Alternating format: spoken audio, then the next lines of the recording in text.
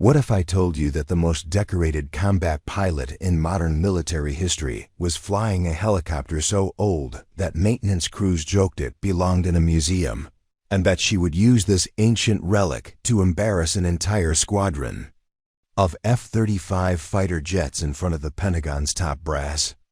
This is the story of Captain Elena Vasquez, and how a woman everyone dismissed as yesterday's news became the pilot who redefined what was possible in the skies.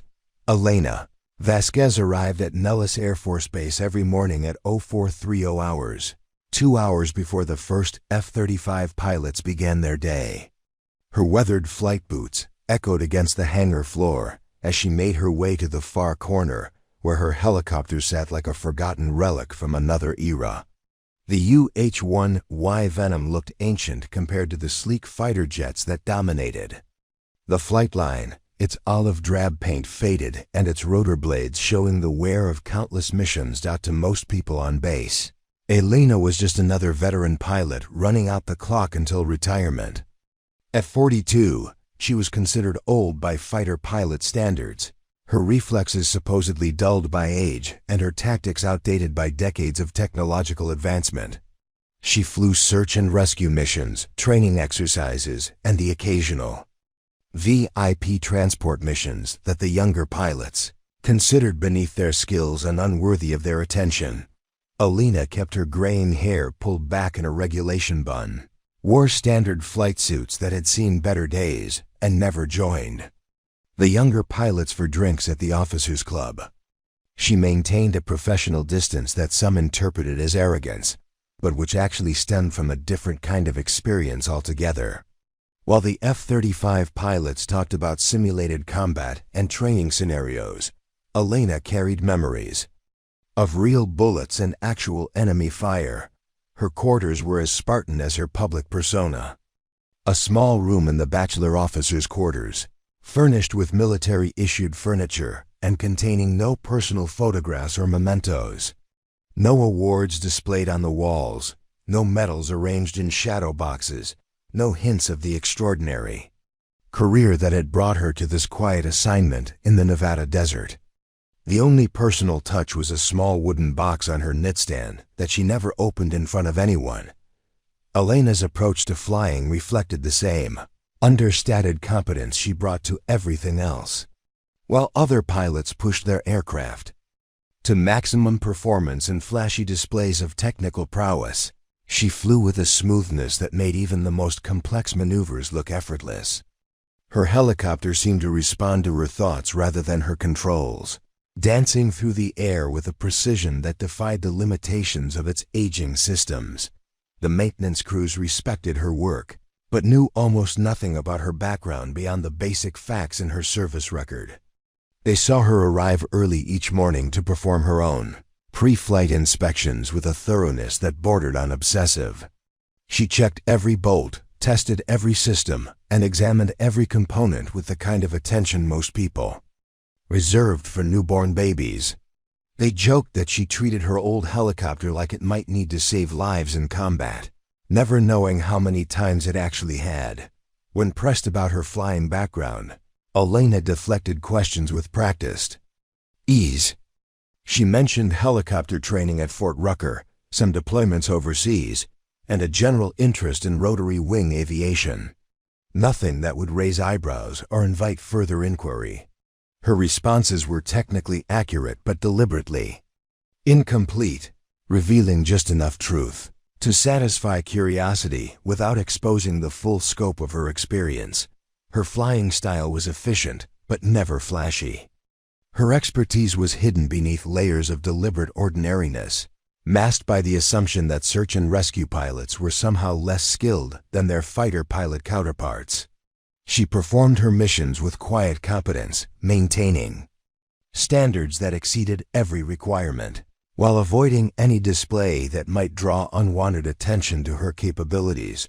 But every morning before the base came alive, Elena performed a ritual that would have revealed everything to anyone who understood its significance.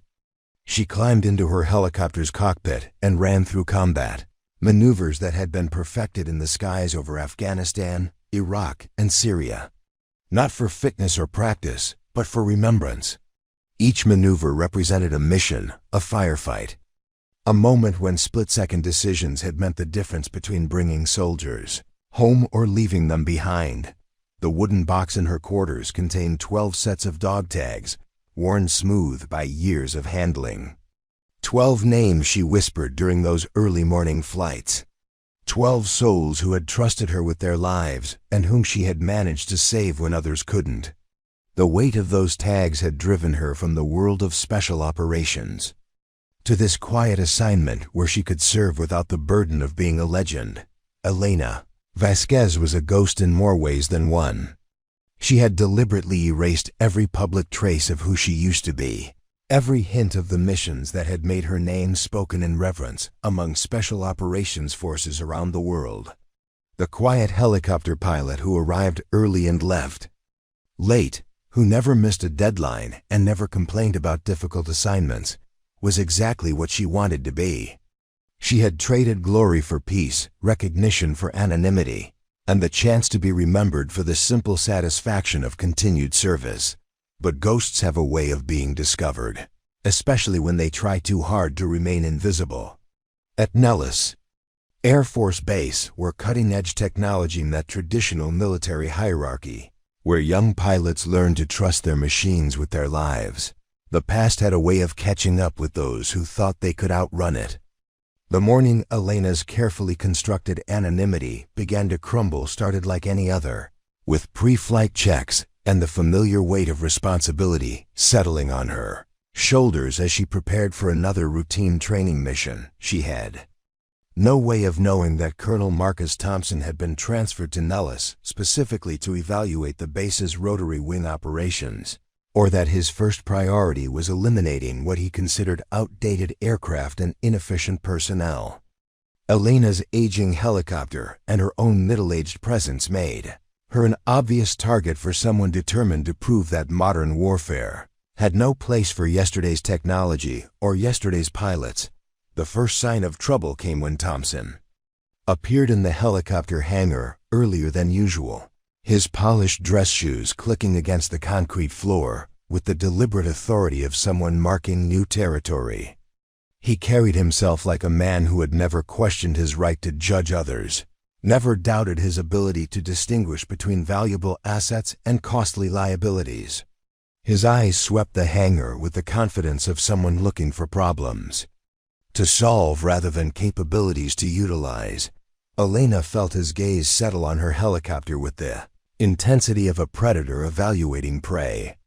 She continued her pre-flight inspection without acknowledgement, focusing on the rotor assembly that had become second nature to examine. But something in the air had changed, an attention that made her shoulders tighten despite her best efforts to remain calm. She had learned to read the subtle signs that preceded conflict, and Thompson's presence carried all the warning signals of an approaching storm. Thompson's voice cut through the morning, quiet with the sharp edge of predetermined judgment. "Captain Vasquez, isn't it? I've been reviewing the operational efficiency reports for this hangar." The words carried an undertone that made the few maintenance personnel present glance up from their work, sensing the shift in atmosphere that preceded major changes. Elena looked up from her inspection, meeting his gaze with the same neutral expression she wore like protective armor. "Yes, sir. Is there something you need?" she replied, her voice carrying none of the defensive tension that might have justified his obvious skepticism. Thompson's smile never reached his eyes, the expression of someone who had already reached conclusions before asking questions. "Just getting familiar with our rotary wing assets and their operational parameters, making sure we're utilizing our resources efficiently." The emphasis on efficiently hung in the air between them, unspoken but clear in its implications. Elena had dealt with officers like Thompson before, administrators who measured military effectiveness in spreadsheets rather than mission results, who confused cost-cutting with strategic thinking. She nodded politely and returned to her inspection, hoping silence would end the conversation before it could develop into something more problematic. But Thompson wasn't finished with his evaluation. 18 years of service, and you're still flying training missions and search and rescue operations. Most pilots with your experience level have moved into command positions or specialized roles. Have you considered that your career development might benefit from transitioning to more contemporary aircraft? The question carried implications that made Elena's jaw tighten almost imperceptibly. Preparing and narrating this type of story took us long efforts and hard work. So if you are enjoying the story, please consider subscribing to our channel. She had learned to read officers like Thompson, to understand the bureaucratic games they played and the insecurities that drove their need to make changes for the sake of appearing decisive. This wasn't about operational efficiency or career development. This was about a new commander establishing his authority by demonstrating his willingness to make tough decisions about personnel who didn't fit his vision of modern military aviation. "I'm satisfied with my current assignment, sir," Elena replied evenly, her voice betraying none of the thoughts racing through her mind. "The work is important, and I believe I'm contributing meaningfully to the mission." Thompson's laugh carried no humor, the sound of someone who had heard similar responses from personnel he considered resistant to necessary change. "Important work, certainly, Captain. But let's be realistic about the strategic value of maintaining aging aircraft that consume disproportionate resources while providing limited operational capability. The military is moving toward integrated systems and network-centric warfare. Helicopters like yours represent yesterday's thinking." The words stung more than they should have, cutting through defenses Elena had thought were stronger. She had chosen this assignment precisely because it was meaningful, because every training mission she flew helped prepare young soldiers for survival in environments where helicopter support might mean the difference between success and catastrophe. But explaining that would require revealing more than she was willing to share about why she understood the value of rotary wing aviation better than most people realized. Elena's true background was hidden behind classification levels that even Thompson couldn't access, buried in personnel files that revealed only what she chose to share with those who didn't need to know the full scope of her experience. The woman who flew search and rescue missions in an aging helicopter had once been the most requested pilot in the entire special operations community. Her call sign, Reaper, whispered with reverence in places where legends were born from life or death. Decisions made in hostile skies. Her military career had begun conventionally enough at Fort Rucker, where she had excelled in helicopter training with scores that placed her at the top of every class. But even then, instructors noted something different about her flying. An intuitive understanding of aircraft dynamics that couldn't be taught, only refined. While other students struggled with the complex coordination required to master rotary wing flight, Elena seemed to communicate with her helicopter on a level that transcended mere mechanical operation. The transition from conventional aviation to special operations had come early in her career, when a demonstration flight caught the attention of recruiters looking for pilots capable of missions that pushed the boundaries of what helicopters could accomplish. Elena's ability to place aircraft in impossible positions with surgical precision made her an immediate candidate for the kind of flying that most pilots couldn't even imagine, let alone execute under combat conditions. Her first deployment to Afghanistan had transformed her from a promising young pilot into something approaching legend.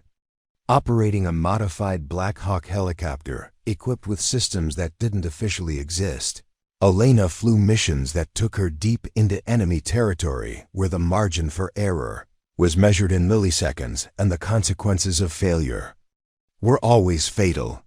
She learned to navigate mountain valleys at night without lights, to thread her aircraft between canyon walls with inches to spare, and to extract special operations teams from landing zones under heavy enemy fire. The missions that built her reputation were classified so deeply that even their existence was denied by official sources. Elena flew extraction operations in Syria, where she pulled intelligence assets from compromised positions, while surface-to-air missiles tracked her through urban canyons. She conducted infiltration missions in Iraq that required landing special forces teams in courtyards smaller than tennis courts, while hostile forces converged on their position. Her helicopter became a ghost that appeared without warning and vanished without trace, leaving behind only the soldiers she had saved.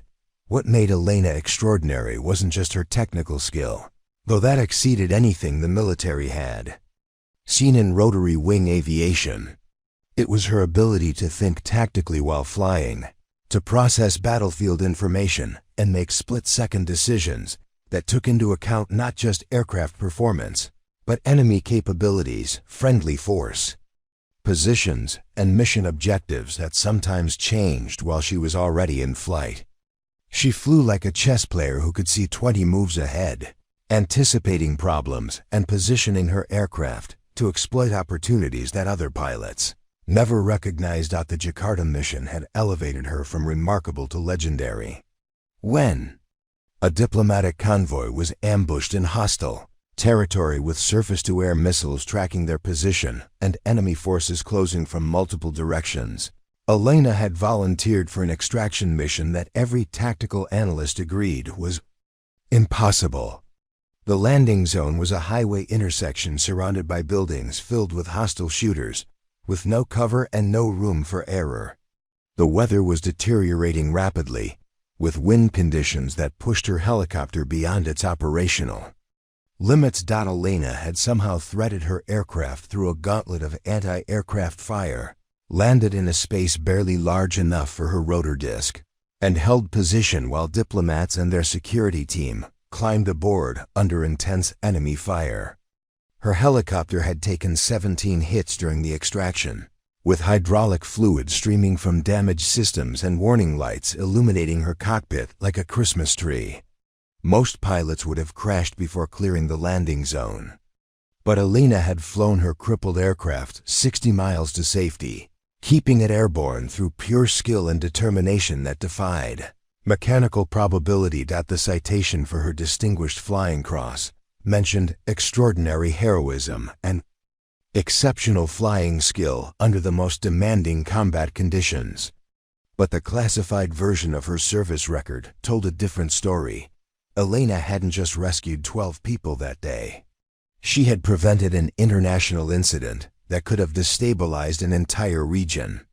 The diplomatic intelligence her passengers carried was time-sensitive enough that losing it would have compromised operations across 3 countries and potentially cost hundreds of lives. Her combat record showed 127 missions in hostile territory, with a 100% success rate for personnel recovery. She had never lost a soldier under her care, never failed to extract a team when extraction was possible, and never abandoned a mission regardless of the personal risk involved. Special operations commanders fought to have Elena assigned to their most critical missions, knowing that her presence increased the probability of success by margins that operational planners struggled to quantify. But Elena's extraordinary career had come with costs that weren't recorded in any official documentation. She had seen friends die in aircraft that she might have been able to save if she had been there instead of on another mission. She had made decisions under fire that saved lives but haunted her dreams with images of the alternative she had rejected. Every successful mission carried the weight of knowing that her skills, applied differently, might have prevented tragedies that occurred while she was saving other people in other places. The weight of constant combat operations had gradually eroded something essential inside Elena, wearing away the emotional barriers that allowed normal people to process trauma and move forward. She found herself calculating threat probabilities during routine training flights, scanning for enemy positions that didn't exist, and planning escape routes from situations that posed no actual danger. The hypervigilance that had kept her alive in combat became a burden in peacetime, making normal military life feel somehow inadequate and meaningless. The breaking point had come during her final deployment, when a mission to extract a compromised intelligence team had gone catastrophically wrong despite Elena's best efforts. Weather conditions beyond anything in the operational planning had created a situation where even her extraordinary skills weren't sufficient to overcome the combination of mechanical failure and enemy action that cost 4 lives. The soldiers who died had trusted her with their lives, just as 127 other teams had trusted her before them. But this time trust hadn't been enough. Elena had survived the crash and the subsequent firefight, had even managed to extract the remaining team members after commandeering a damaged vehicle and fighting her way to a fallback position. The after-action report praised her actions and recommended her for additional commendations. But Elena knew that she had reached the limits of what she could accomplish through skill alone, and that continuing to fly combat missions would eventually result in more deaths that she would blame on her own limitations.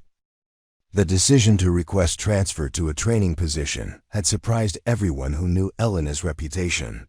Special operations commanders tried to convince her to reconsider, offering promotions and choice assignments that would have utilized her capabilities in less demanding roles. But Elena understood something about herself that they couldn't see. She had given everything she had to combat operations, and continuing to serve in that capacity would inevitably lead to the kind of mistakes that got people killed.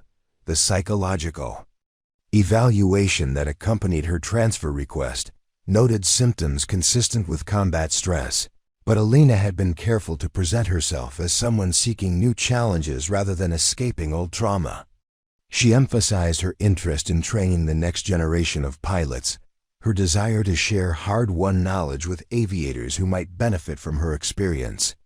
The official record showed a decorated combat veteran voluntarily transitioning to a support role, not a broken pilot fleeing from responsibilities she could no longer handle. Elena's assignment to Nellis Air Force Base had been presented as a lateral move that would allow her to contribute her expertise while transitioning toward eventual retirement. The search and rescue missions and training flights were supposed to provide a gradual reduction in operational stress while keeping her skills current and her experience available to younger pilots. But Elena had found something unexpected in the routine work, a kind of peace that came from serving without the constant pressure of life or death decisions. The aging UH-1Y Venom she flew was a deliberate choice rather than an assigned aircraft. Elena had specifically requested the older helicopter because its systems reminded her of the aircraft she had learned to fly before technology had created barriers between pilot and machine. The Venom responded to her inputs with immediate honesty, requiring skill rather than computer assistance to achieve maximum performance. Flying it felt like returning to the fundamentals that had made her extraordinary in the first place. Her morning ritual of combat maneuvers wasn't just remembrance. It was maintenance of capabilities that she hoped never to need again, but couldn't bring herself to abandon completely. Elena understood that the skills which had made her legendary were perishable assets that required constant practice to maintain. She flew those precise patterns not because she expected to return to combat, but because letting them atrophy would dishonor the memory of everyone who had depended on them. Colonel Marcus Thompson arrived at Nellis Air Force Base with a reputation that preceded him and a mandate that made seasoned officers nervous. His assignment came directly from Pentagon cost-cutting initiatives designed to streamline military aviation by eliminating what bureaucrats termed legacy inefficiencies. Thompson had built his career on identifying underperforming assets and redundant personnel, transforming struggling units through aggressive modernization programs that prioritize technological advancement over traditional military values. His service record reflected a different kind of military experience than most combat veterans carried. Thompson had spent his career in staff positions and administrative roles, managing budgets and logistics rather than leading soldiers in battle. His understanding of aviation came from spreadsheets and efficiency reports rather than cockpit time making him precisely the kind of officer that Pentagon planners valued for their ability to make difficult decisions without emotional attachment to outdated systems. Thompson's previous assignment had involved restructuring an Air Force win in Germany, where he had successfully eliminated 3 aircraft squadrons deemed obsolete by modern standards. The cost savings had been substantial, the operational impact minimal according to his reports, and his promotion to colonel had followed within months. His reputation as someone who could make tough choices without being swayed by sentimental attachment to traditional military culture made him an ideal candidate for similar work at Nellis, the briefing materials that Thompson reviewed before. His arrival painted Nellis as a facility struggling with resource allocation issues, stemming from an overabundance of outdated aircraft and resistance to modernization among senior personnel. Helicopter operations were specifically identified as an area of concern, with aging aircraft consuming disproportionate maintenance resources while providing questionable strategic value. His mandate was clear: evaluate all rotary wing assets and personnel, then eliminate those that didn't meet current operational requirements. Thompson's management philosophy reflected his background in corporate efficiency consulting before his military career.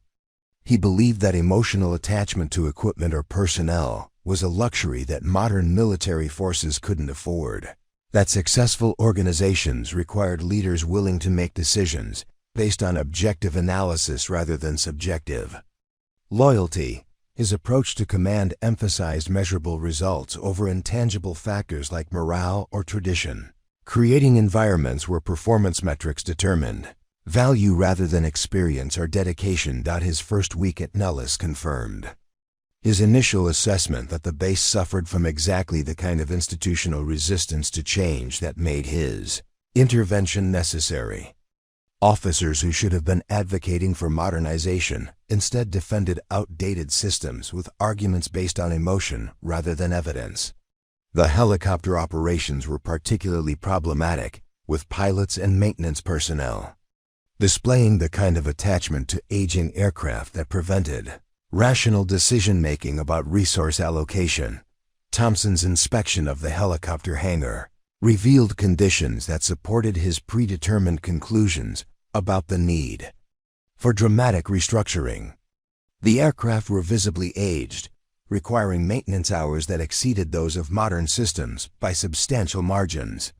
The pilots assigned to these aircraft were correspondingly older, representing salary costs that could be redirected toward more cost-effective junior personnel operating contemporary systems that required less human intervention.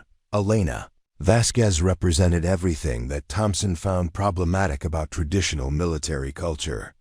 At 42, she was expensive in terms of salary and benefits while flying an aircraft that belonged in a museum rather than an operational squadron. Her resistance to career advancement suggested someone who had become comfortable with mediocrity, unwilling to embrace the challenges that modern military aviation demanded from its personnel. Her assignment to search and rescue missions indicated limited capabilities that couldn't justify her continued employment in an era of fiscal constraint. Thompson's research into Elena's background revealed what appeared to be a conventional career marked by steady but unremarkable progress through standard helicopter training and deployment cycles. Her service record showed competent performance without the kind of exceptional ratings that would justify special consideration for retention. The classified portions of her file were marked above his clearance level, but Thompson assumed they contained routine operational details rather than anything that would change his assessment of her value to current military requirements. His first direct encounter with Elena had confirmed his initial impressions of someone resistant to necessary change and unwilling to acknowledge the realities of modern military aviation. Her defensive responses to reasonable questions about career development indicated the kind of institutional inertia that made comprehensive reform necessary. Thompson understood that eliminating personnel like Elena would be difficult but essential. for creating the kind of efficient organization that contemporary threats demanded. The efficiency analysis that Thompson conducted during his second week provided quantitative support for his qualitative observations about helicopter operations. Elena's aircraft consumed maintenance hours at rates that exceeded modern alternatives by factors that made continued operation financially unjustifiable. Her missions could be accomplished more cost-effectively using contracted civilian services or automated systems that didn't require expensive military personnel to operate. Thompson's meetings with other officers revealed the extent to which outdated thinking had infected the base's operational culture. Senior personnel defended helicopter operations with arguments about tactical flexibility and mission requirements that ignored the fundamental economic realities facing modern military forces. Their emotional attachment to traditional capabilities prevented them from recognizing that technological advancement had made many of these functions obsolete or transferable to more efficient platforms. The resistance that Thompson encountered from helicopter personnel confirmed his assessment that dramatic action would be necessary to achieve the kind of transformation that Pentagon leadership expected from his assignment. Incremental changes would be insufficient to overcome the institutional momentum that preserved inefficient systems and protected underperforming personnel.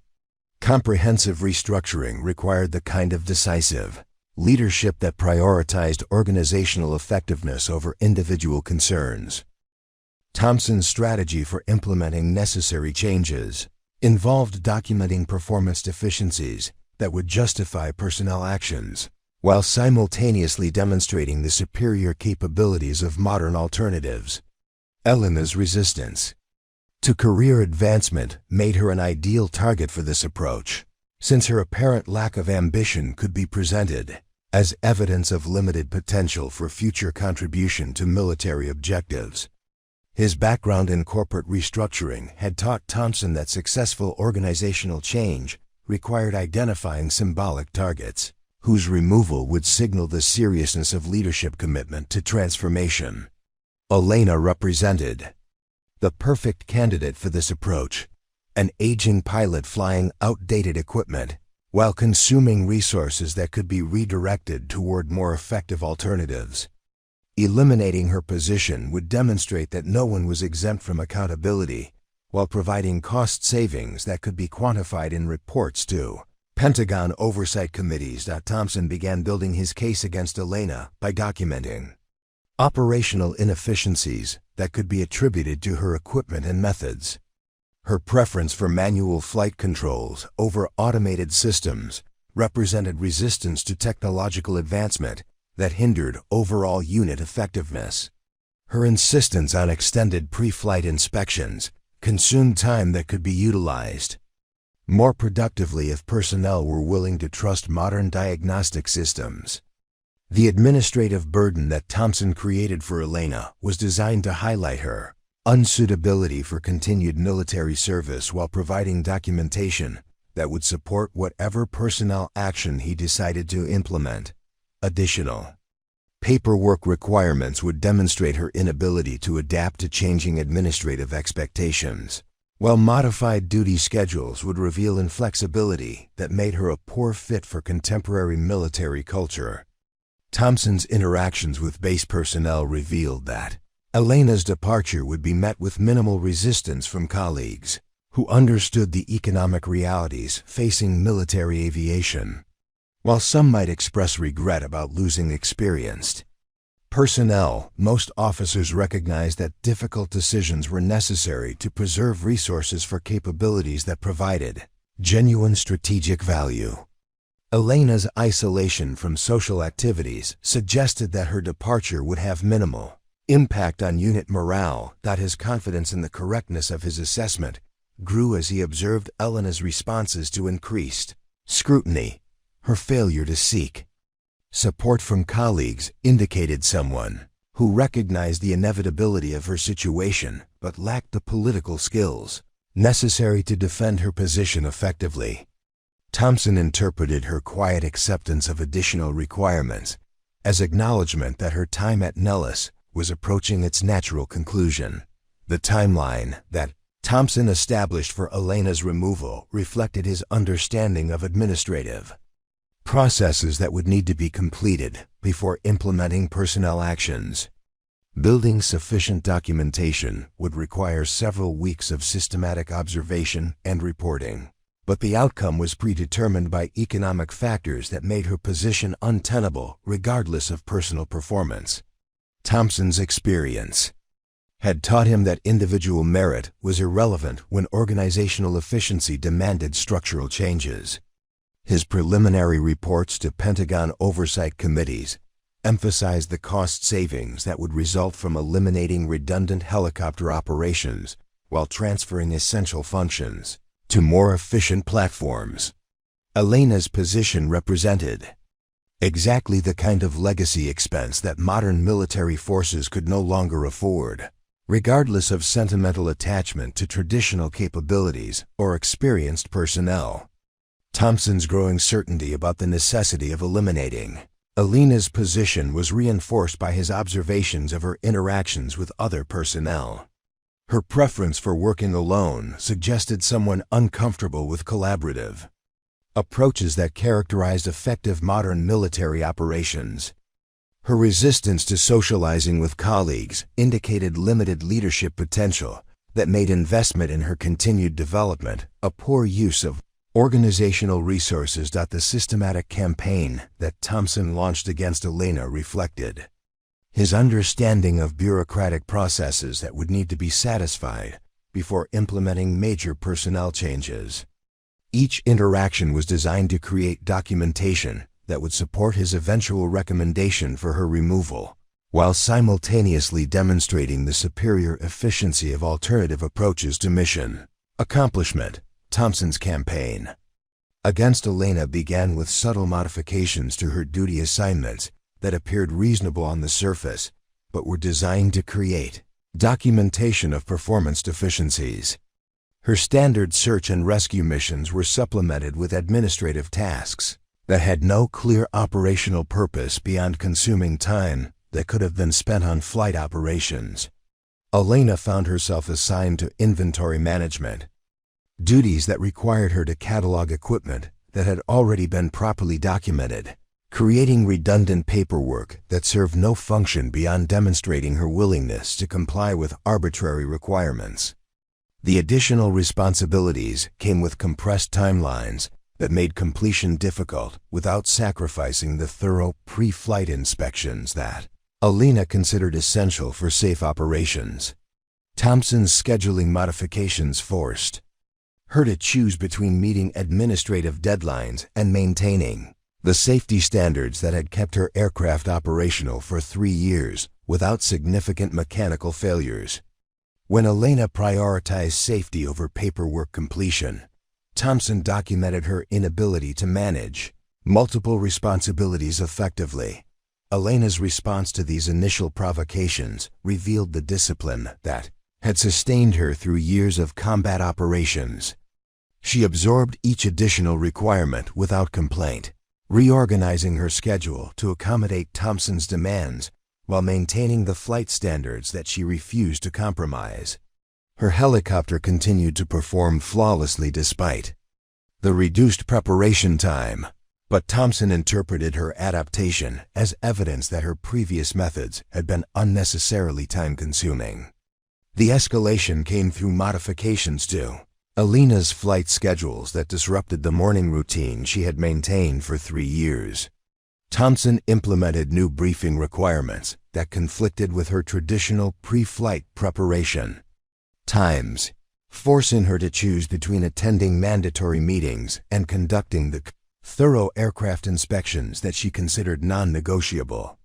When Elena requested schedule adjustments that would allow her to maintain both requirements, Thompson denied the request while documenting her resistance to procedural changes.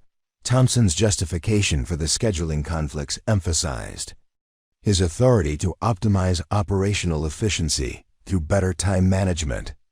Elena's preference for extended pre-flight inspections represented outdated thinking that failed to trust modern diagnostic systems, while her resistance to modified schedules indicated inflexibility that hindered overall unit effectiveness. His reports characterized her concerns about aircraft safety as evidence of excessive caution that stemmed from unfamiliarity with contemporary maintenance protocols. The systematic nature of Thompson's harassment became apparent through seemingly unrelated incidents that created a pattern of artificial problems requiring Elena's attention. Equipment requisitions that she had submitted were delayed pending additional approvals that other personnel didn't require. Training schedules were modified without advance notice, forcing her to adapt to changed requirements while maintaining mission readiness. Routine maintenance procedures were subjected to enhanced oversight that consumed time without providing corresponding safety benefits. Elena recognized the coordination required to create such comprehensive disruption, understanding that Thompson's campaign required deliberate planning rather than coincidental administrative changes. Her experience with hostile environments had taught her to identify systematic pressure tactics, and Thompson's approach demonstrated the same methodical application of stress, designed to provoke reactions that could be used to justify predetermined conclusions. The maintenance personnel who worked with Elena observed Thompson's campaign with growing discomfort, but limited ability to provide meaningful support. They understood that her aircraft required the thorough inspection she insisted upon, having seen the results of shortcuts that other pilots accepted. Elena's attention to detail had prevented numerous mechanical failures that would have grounded her helicopter and potentially endangered lives. But explaining this to Thompson would require challenging his authority in ways that could threaten their own positions. Thompson's evaluation of Elena's performance began incorporating subjective criteria that couldn't be measured through quantitative analysis. Her interaction with maintenance personnel was characterized as overly demanding when she insisted on specific procedures, while her preference for personal communication over electronic systems was described as resistance to technological advancement. Thompson presented her thoroughness as inefficiency and her experience-based decision-making as inability to adapt to modern operational requirements. The isolation that Elena experienced grew more pronounced as Thompson's campaign influenced other personnel to distance themselves from someone who had clearly been marked for removal. Officers who had previously respected her competence began avoiding association that might be interpreted as support for outdated approaches to military aviation. Elena found herself excluded from informal discussions about base operations, training opportunities, and social activities that had never interested her but which now became explicitly unavailable. Thompson's documentation of Elena's alleged deficiencies required creative interpretation of incidents that would normally be considered evidence of exceptional performance. When her helicopter experienced a hydraulic system malfunction during a training exercise, Elena's successful emergency landing was characterized as evidence that her aircraft was unreliable rather than demonstration of superior piloting skills. Thompson's report emphasized the mechanical failure while minimizing the expertise required to safely return a damaged aircraft to base. The bureaucratic burden that Thompson imposed on Elena escalated beyond administrative inconvenience to active interference with her ability to perform essential duties. Flight plan approvals that had previously been routine began requiring additional justification and supporting documentation. Equipment requests were subjected to enhanced review processes that delayed critical maintenance. Training missions were canceled without explanation, then rescheduled with reduced preparation time that made proper planning difficult. Elena's adaptation to these obstacles demonstrated the resourcefulness that had sustained her through combat operations, but Thompson interpreted her problem-solving capabilities as evidence that his restrictions were insufficient to reveal her true limitations. Each successful accommodation of his artificial barriers was presented as proof that previous procedures had been unnecessarily complex, rather than recognition of Elena's exceptional ability to maintain performance despite systematic interference. Psychological pressure of Thompson's campaign extended beyond professional harassment to personal attacks on Elena's competence and character. His comments about her age and experience level were carefully phrased to avoid obvious discrimination, while implying that younger personnel would be more adaptable to changing requirements. His suggestions about career transition were presented as helpful guidance, while clearly indicating that her continued service was neither wanted nor valued. Thompson's meetings with Elena became increasingly confrontational as he probed for reactions that could be documented as evidence of unprofessional behavior. His questions about her resistance to advancement were designed to elicit defensive responses that could be characterized as inability to accept constructive criticism. When Elena maintained professional courtesy despite obvious provocation, Thompson interpreted her self-control as evidence of passive-aggressive resistance to legitimate authority. The investigation that Thompson conducted into Elena's operational methods revealed his fundamental misunderstanding of helicopter aviation and the skills required for successful rotary wing operations. His analysis focused on quantifiable metrics like flight hours and fuel consumption, while ignoring qualitative factors like mission success rates and safety records. Elena's superior performance in areas that couldn't be reduced to spreadsheet entries was dismissed as irrelevant to contemporary military requirements. Thompson's consultation with other officers about Elena's performance was carefully structured to elicit support for his predetermined conclusions. His questions emphasized cost factors and administrative compliance, while avoiding discussion of operational effectiveness or mission accomplishment. Officers who might have defended Elena's capabilities were presented with information that made her appear resistant to necessary modernization rather than committed to proven methods. The timeline that Thompson established for Elena's removal required building sufficient documentation to satisfy administrative review processes while avoiding obvious discrimination that might trigger investigation by higher authorities. His campaign needed to appear motivated by legitimate operational concerns rather than personal bias, requiring careful presentation of manufactured problems as evidence of systematic performance deficiencies. Elena's response to the escalating harassment reflected training that had prepared her for psychological pressure far more severe than anything Thompson could devise. Her experience with actual enemies who sought to break her will through torture and intimidation made Thompson's bureaucratic warfare seem almost trivial by comparison. But the context was different. Elena had chosen this assignment as refuge from conflict, and Thompson's campaign threatened the peace she had worked to build. The support that Elena might have received from colleagues was systematically undermined by Thompson's influence over base operations and personnel assignments. Officers who recognized her exceptional capabilities understood that defending her could result in similar treatment for themselves. The informal networks that might have provided protection were neutralized by Thompson's authority and his demonstrated willingness to target anyone who opposed his modernization initiatives. Thompson's confidence in his approach grew as Elena continued to absorb his harassment without seeking support from superior officers or filing formal complaints about his treatment. Her apparent acceptance of his campaign suggested someone who recognized the inevitability of her situation and lacked the political connections necessary to mount effective resistance. Thompson interpreted Elena's professionalism as acknowledgement that his assessment of her limitations was accurate and justified. The escalation toward a final confrontation became inevitable as Thompson's campaign reached the limits of what could be accomplished through administrative harassment.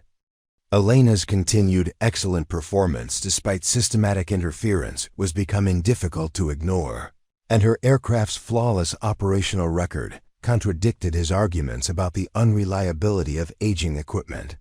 Thompson realized that more dramatic action would be necessary to achieve the personnel changes that his mandate required. Thompson's campaign against Elena reached a critical phase when he began making formal accusations that threatened not just her position at Nellis but her entire military career and future employment prospects.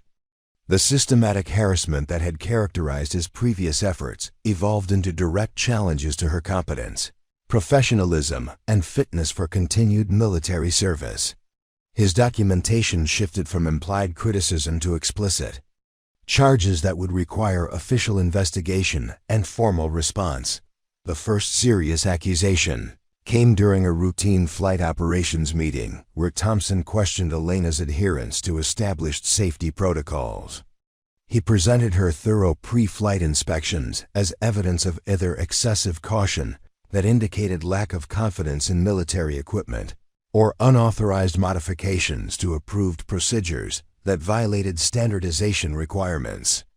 Thompson's characterization made Elena's exceptional attention to detail appear either incompetent or insubordinate, creating a false choice between charges that could both justify her removal. Thompson's presentation to the assembled officers emphasized his concerns about Elena's apparent inability to trust military maintenance procedures and diagnostic systems. Her insistence on manual verification of automated checks suggested either inadequate training in contemporary aircraft systems or deliberate resistance to established protocols. He characterized her methods as outdated thinking that failed to embrace technological advancement, while implying that her approach created unnecessary delays that reduced overall operational efficiency. The security implications that Thompson raised regarding Elena's access to sensitive flight operations represented a particularly dangerous escalation of his campaign. He suggested that her resistance to electronic documentation systems and preference for personal record-keeping indicated potential security vulnerabilities that required investigation.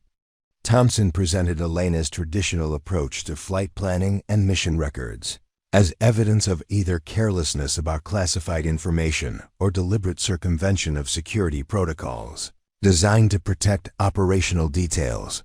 Elena's response to these accusations demonstrated the self-control that had sustained her through interrogations by actual enemies, but Thompson interpreted her measured reactions as evidence that his charges had merit. Her failure to express outrage at his implications suggested someone who recognized the validity of his concerns, while her requests for clarification were characterized as attempts to evade responsibility for documented deficiencies.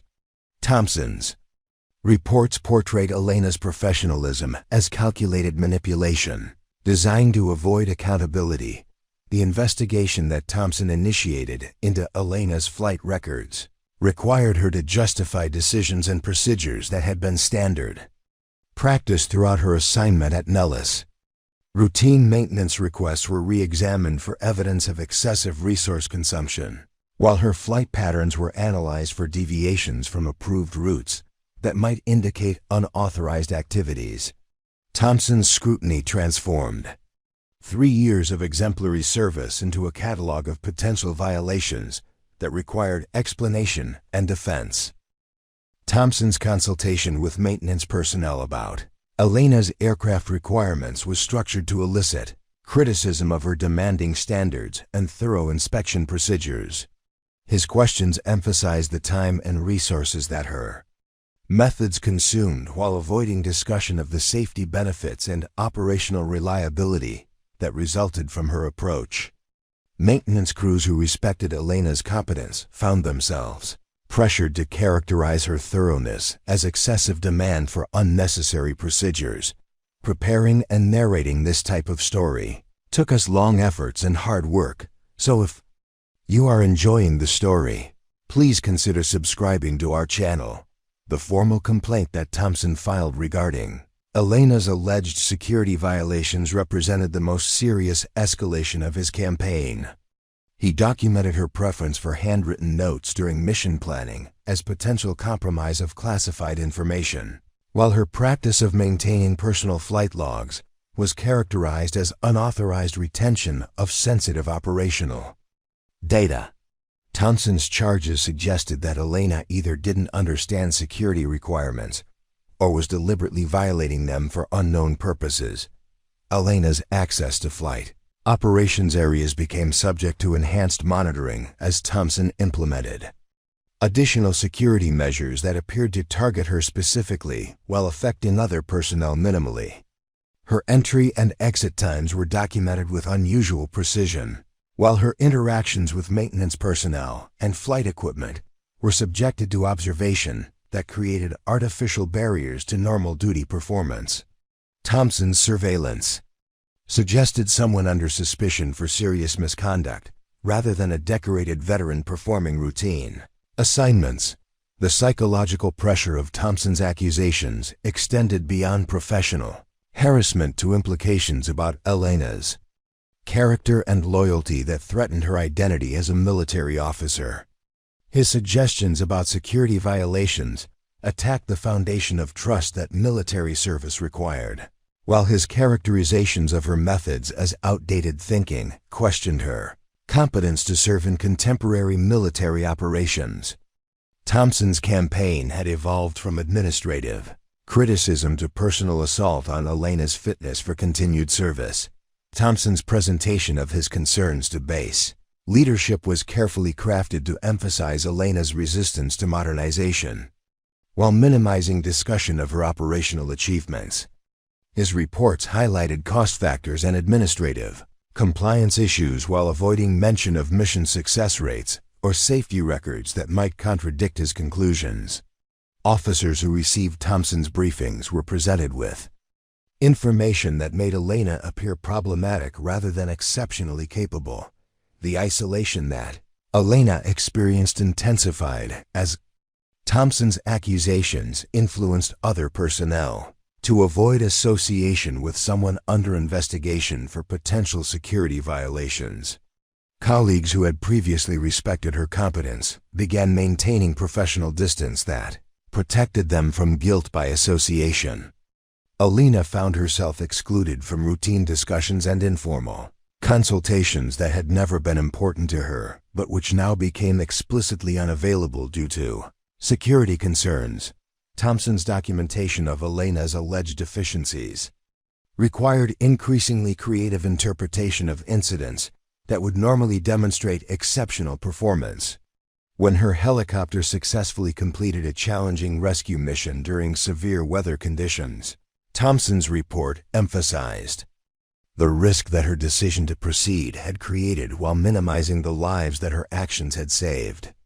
His analysis focused on policy violations rather than mission accomplishment, suggesting that Elena's judgment was dangerously flawed. The timeline that Thompson established for resolving Elena's case reflected his understanding that prolonged investigation would eventually reveal evidence supporting his predetermined conclusions. His strategy involved maintaining pressure through formal accusations while allowing administrative processes to build momentum toward inevitable personnel action. Thompson's experience had taught him that most targets of such campaigns eventually made mistakes that could be used to justify whatever punishment he decided was appropriate. Elena's attempts to defend herself against Thompson's accusations were hampered by classification restrictions that prevented her from revealing the true scope of her experience and qualifications. Her personnel file contained references to operations and achievements that would have immediately refuted Thompson's charges, but accessing that information required clearance levels that Thompson didn't possess and Elena couldn't discuss without violating security protocols more serious than anything Thompson had accused her of. The support that Elena might have received from superior officers was complicated by Thompson's careful presentation of his concerns as legitimate operational issues rather than personal vendetta. His reports emphasized patterns of behavior that appeared problematic when viewed through the lens of cost-cutting initiatives and modernization requirements. Officers who might have defended Elena found themselves in the position of opposing efficiency measures that had clear Pentagon support. Thompson's consultation with external agencies about Elena's security clearance represented the most threatening aspect of his campaign. as it involved authorities beyond base command who might take action regardless of local leadership preferences. His suggestions about potential security violations triggered review processes that operated independently of normal military justice procedures, creating administrative momentum that would be difficult to reverse, even if his charges were eventually proven baseless. The escalation toward crisis became inevitable as Thompson's accusations reached the attention of Pentagon oversight committees responsible for implementing cost-cutting measures at military installations. His reports about Elena's resistance to modernization and potential security violations provided exactly the kind of documentation that supported broader initiatives to eliminate legacy systems and personnel. Thompson's local campaign had gained institutional support that made Elena's position increasingly untenable. Elena's realization that Thompson's accusations threatened not just her assignment, but her entire military career forced her to confront choices that she had hoped to avoid. Her preference for quiet service without recognition had made her vulnerable to exactly the kind of bureaucratic warfare that Thompson specialized in conducting. The anonymous competence that she had cultivated as protection had instead made her an ideal target for someone determined to demonstrate his commitment to organizational change. The formal investigation that Thompson's accusations triggered would require Elena to reveal aspects of her background that she had spent 3 years keeping classified, or accept charges that could destroy her career and reputation. Thompson's strategy had successfully forced her into a position where silence would be interpreted as guilt, while defense would require exposing information that she had joined Nellis specifically to keep buried. His campaign had reached the point where Elena's carefully constructed anonymity could no longer protect her from consequences that threatened everything she had worked to build. The crisis that would ultimately expose the full scope of Elena's capabilities began on a Tuesday morning when Nellis Air Force Base received an emergency call that would test every aircraft and pilot on the installation. A civilian airliner carrying 247 passengers had experienced catastrophic engine failure while crossing the Nevada desert, forcing an emergency landing in terrain so remote that conventional rescue operations would require hours to reach the crash site. The aircraft had gone down in a canyon system 50 miles northeast of the base, in mountainous country where weather conditions were deteriorating rapidly and survivor medical needs were critical. The initial response launched every available search and rescue asset that Nellis could deploy, but the challenging terrain and distance from base operations created immediate complications that tested the limits of conventional helicopter capabilities. The crash site was located in a narrow canyon with walls rising nearly vertical for hundreds of feet, creating wind patterns that made normal helicopter operations extremely dangerous. Weather reports indicated that conditions would continue to worsen throughout the day, with high winds and reduced visibility that would make rescue operations increasingly difficult as time passed.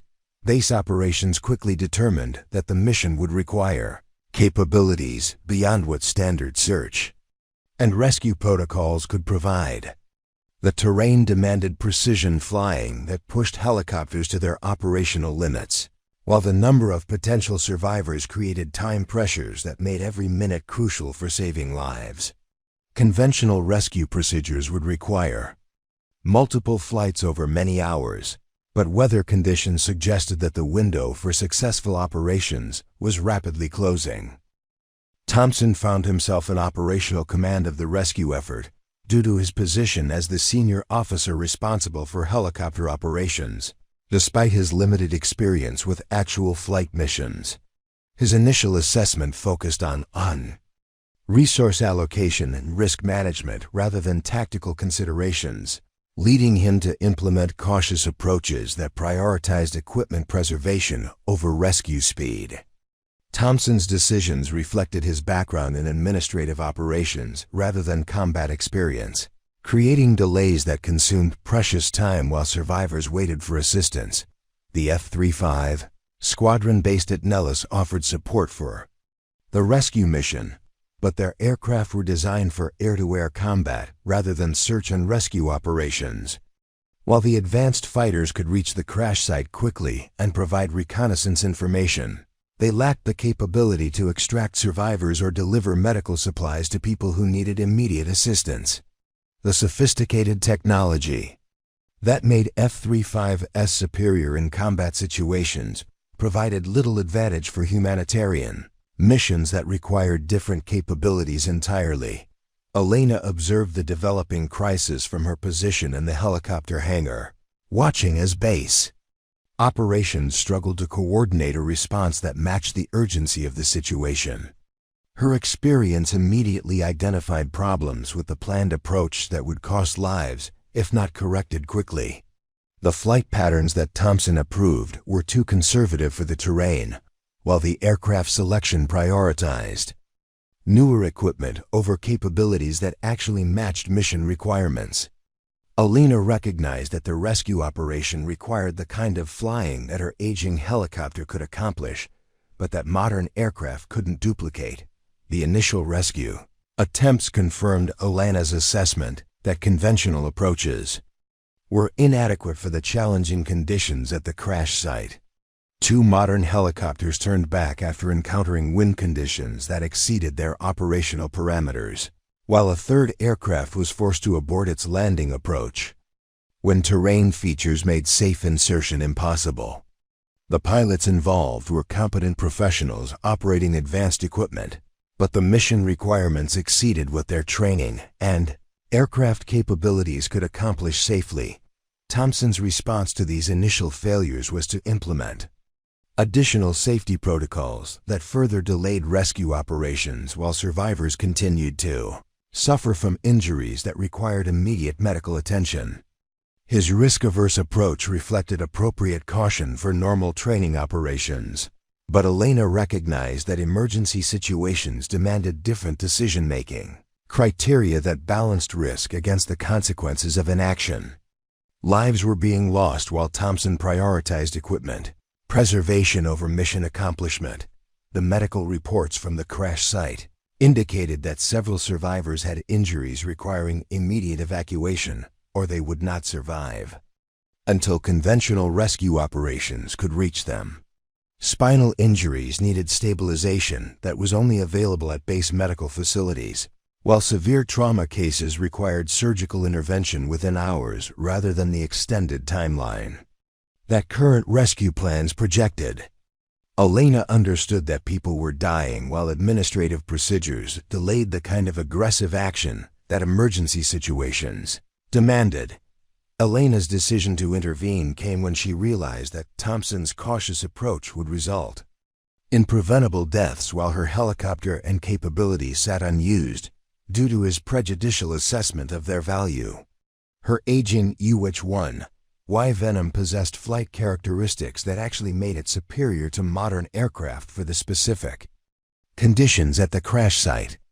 The older helicopter's simpler systems were more reliable in extreme weather, while its manual flight controls provided the kind of precise handling that canyon rescue operations required.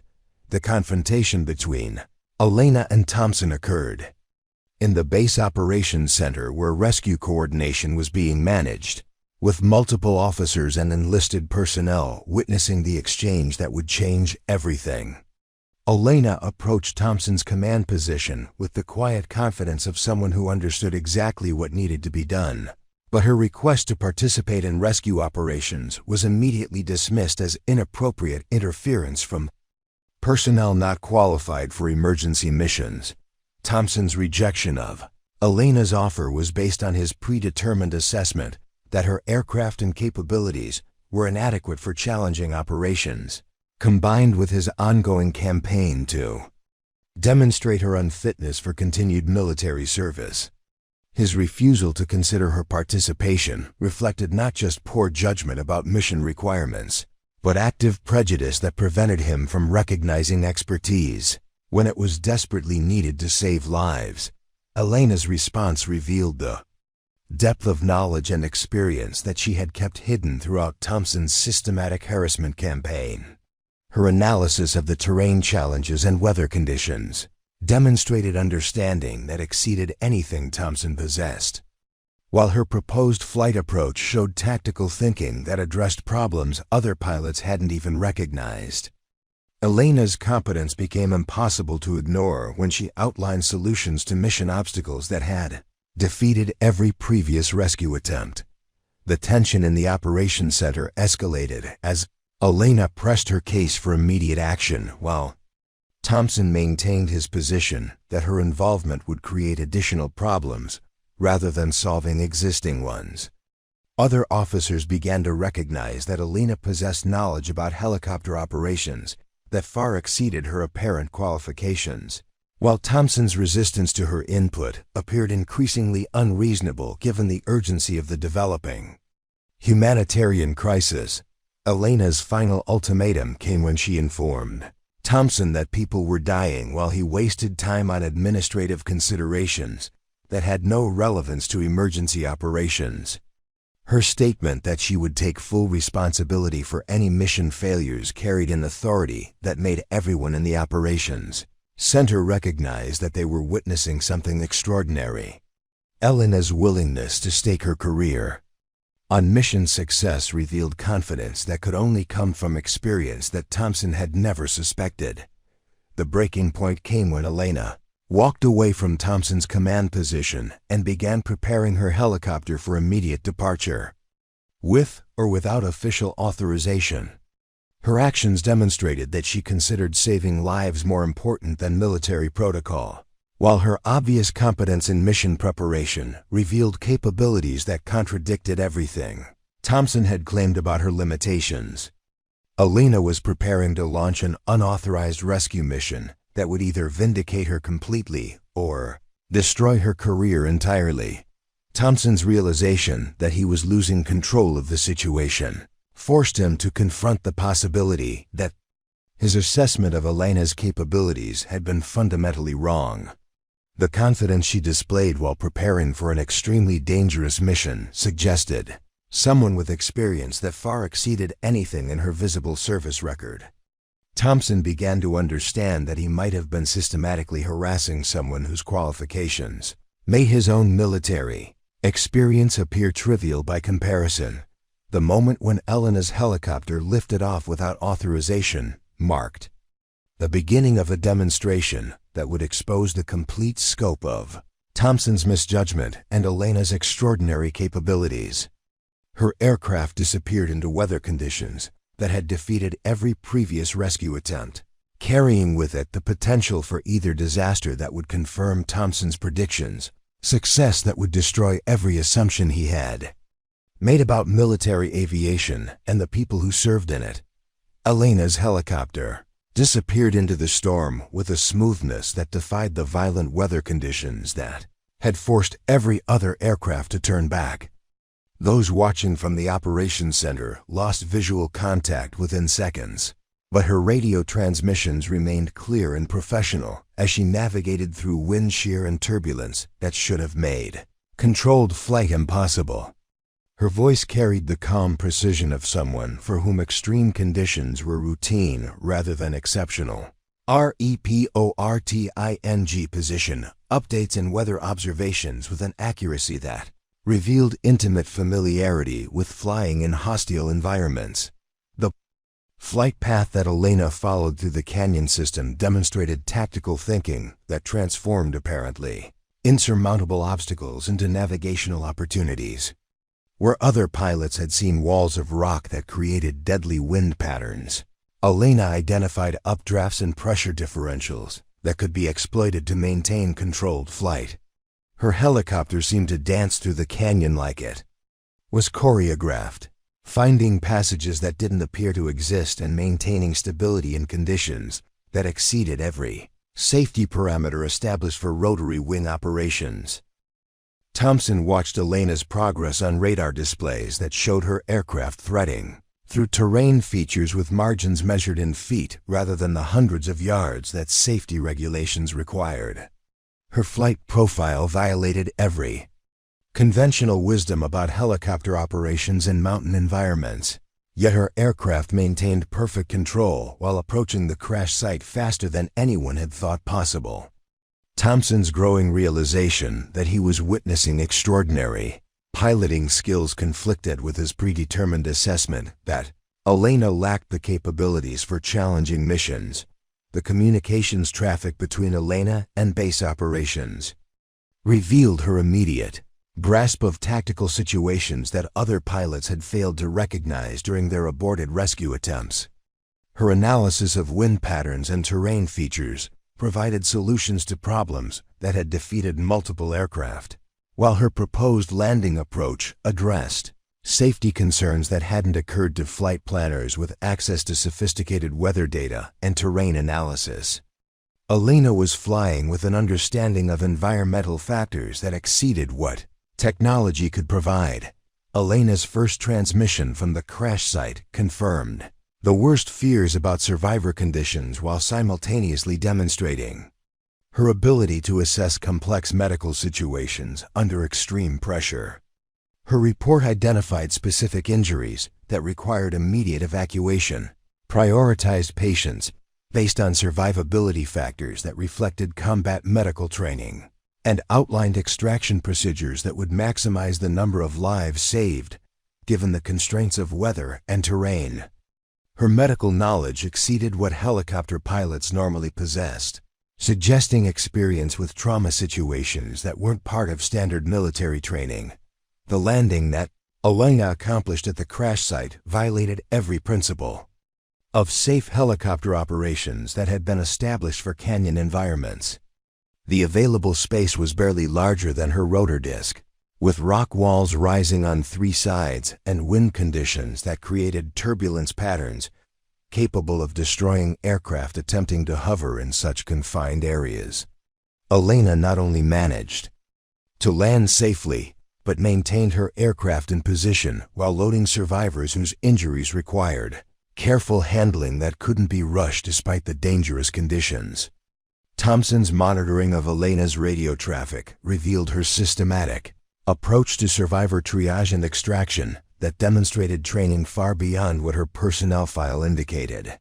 Her medical assessments were precise and professional, while her coordination with crash survivors showed leadership capabilities that transformed chaos into organized rescue operations. Elena had somehow taken command of a disaster scene involving hundreds of people, establishing medical priorities and evacuation procedures that maximized survival chances while working within the limitations of single aircraft operations.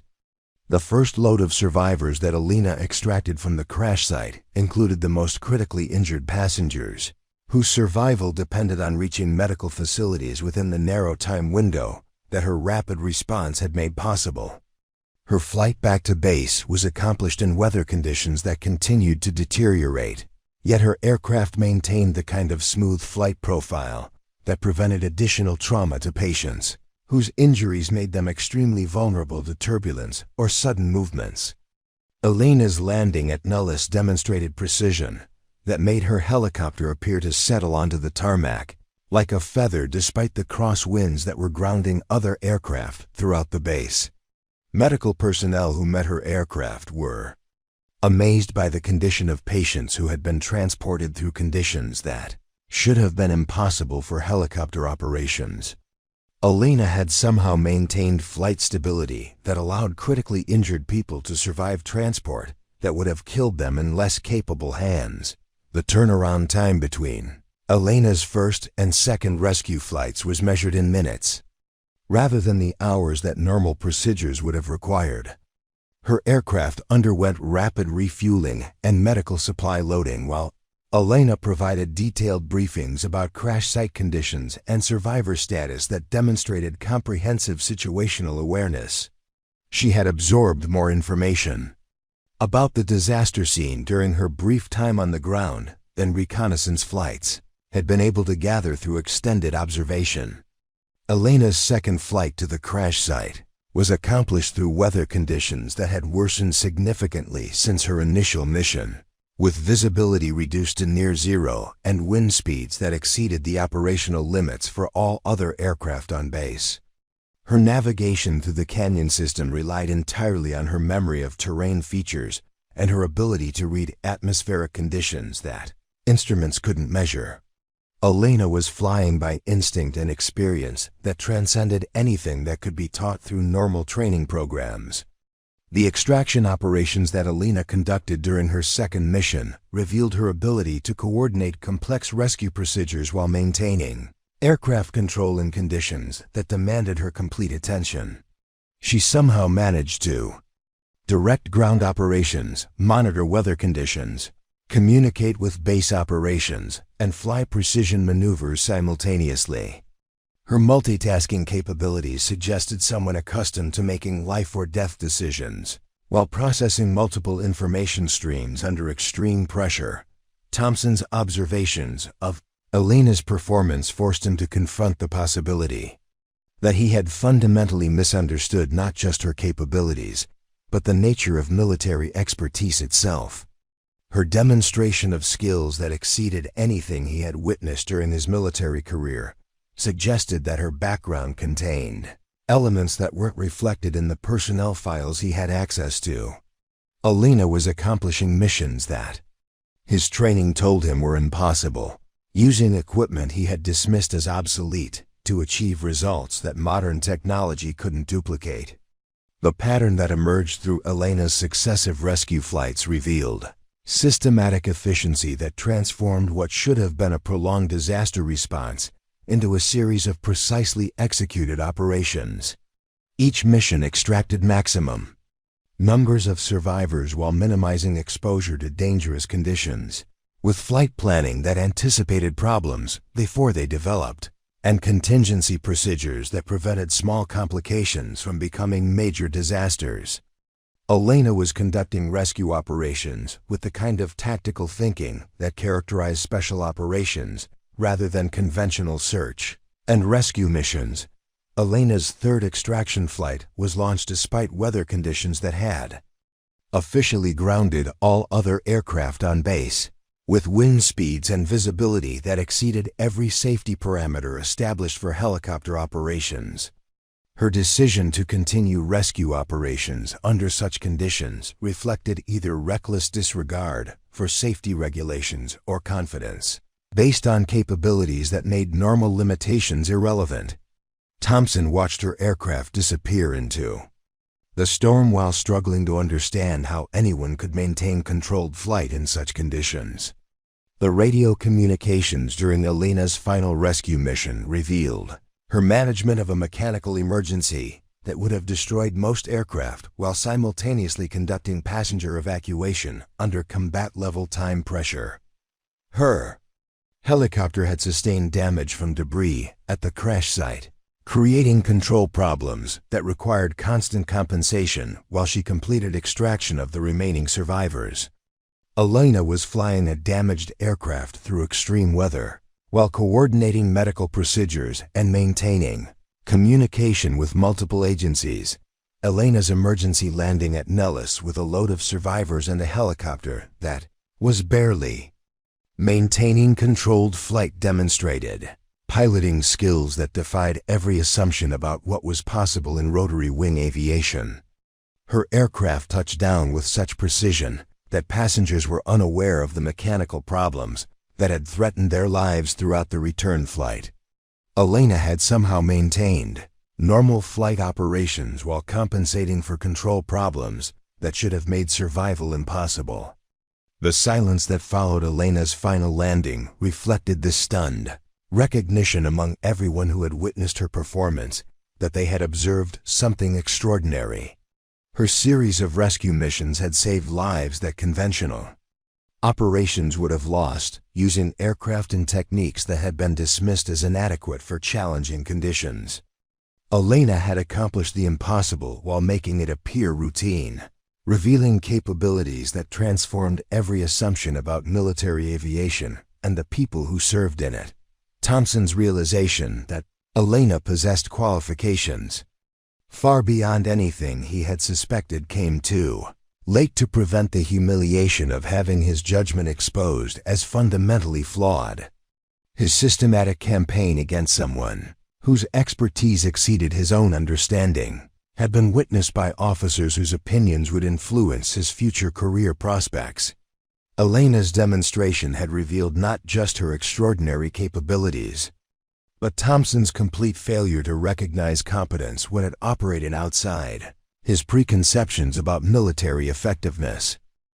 The investigation that followed Elena's extraordinary rescue performance began within hours of her final landing, but its focus was dramatically different from what Thompson had anticipated. Instead of examining Elena's unauthorized mission launch, senior officers arrived at Nellis to investigate how the base's helicopter operations had been so severely mismanaged that life-saving capabilities had been systematically undermined by administrative incompetence.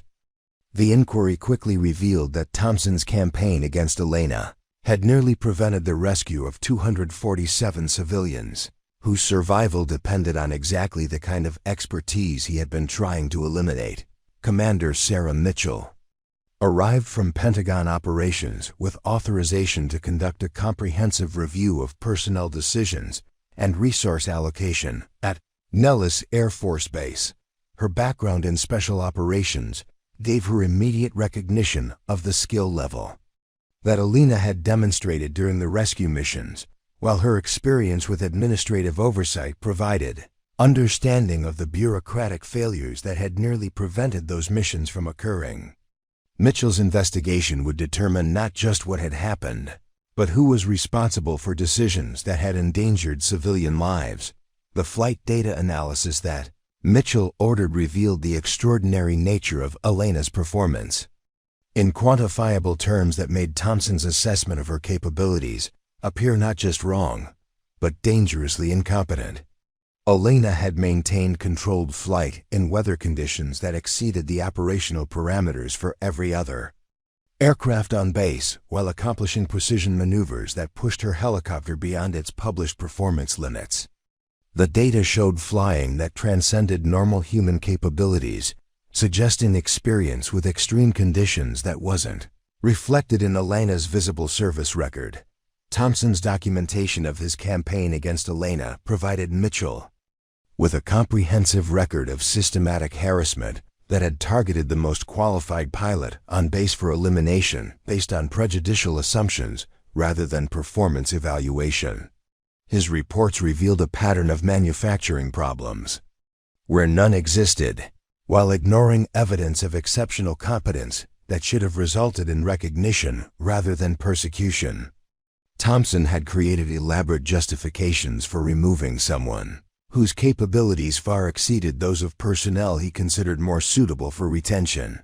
The maintenance records that Mitchell reviewed showed that Elena's helicopter had achieved reliability rates that surpassed every other aircraft on base despite its age and the demanding missions it performed. Her insistence on thorough inspections and preventive maintenance had resulted in 0 mechanical failures over 3 years of operation, while newer aircraft had experienced numerous problems that grounded them for extended periods. Thompson's characterization of Elena's methods as inefficient was contradicted by performance data that showed her approach produced superior results with lower overall costs. Mitchell's interviews with base personnel revealed the extent to which Thompson's campaign had influenced others to doubt Elena's competence despite evidence that should have identified her as an exceptional asset. Officers who had worked with Elena described systematic pressure to characterize her thoroughness as excessive demand and her experience-based decisions as resistance to modernization. Thompson had created an environment where recognizing Elena's capabilities was interpreted as opposition to necessary reforms rather than accurate assessment of military talent. The classified information that Mitchell accessed through her security clearance revealed the true scope of Elena's background and the devastating implications of Thompson's ignorance about her qualifications. Elena's service record showed 127 combat missions with a perfect success rate for personnel recovery operations in hostile territory that had earned her recognition as the most effective pilot in special operations history. Thompson had been systematically harassing someone whose combat experience exceeded that of most general officers. While claiming that she lacked the qualifications for routine training missions, the Pentagon Oversight Committee that reviewed Mitchell's preliminary findings expressed shock at the level of administrative incompetence that had nearly prevented Elena's participation in the rescue operation. Thompson's campaign had targeted for elimination exactly the kind of expertise that military forces needed most, while promoting approaches that prioritized appearance over substance. His failure to recognize Elena's capabilities suggested fundamental problems with leadership selection and evaluation processes that required immediate correction. Thompson's response to the investigation revealed his complete inability to comprehend the scope of his errors or accept responsibility for decisions that had endangered civilian lives. His continued insistence that Elena's methods were outdated and her aircraft obsolete contradicted evidence that her performance had surpassed every modern alternative available at Nellis. Thompson's defense of his actions demonstrated the kind of institutional blindness that made comprehensive reform necessary to prevent similar failures in the future. The medical evaluation of survivors from Elena's rescue missions provided additional evidence of her extraordinary capabilities and the life-saving value of her intervention. Patients who had been extracted during the early missions survived injuries that would have been fatal if conventional rescue timelines had been followed, while the quality of her aircraft handling had prevented additional trauma that could have resulted from less skilled flying. Elena's performance had directly saved lives that Thompson's caution would have cost.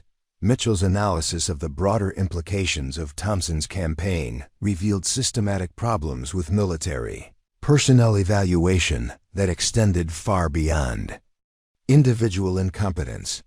His ability to target Elena for elimination, despite her exceptional record, suggested that current assessment methods were inadequate for identifying and protecting valuable capabilities that didn't conform to administrative expectations. The military was losing exactly the kind of expertise it needed most because leaders like Thompson couldn't recognize competence that operated outside their limited understanding.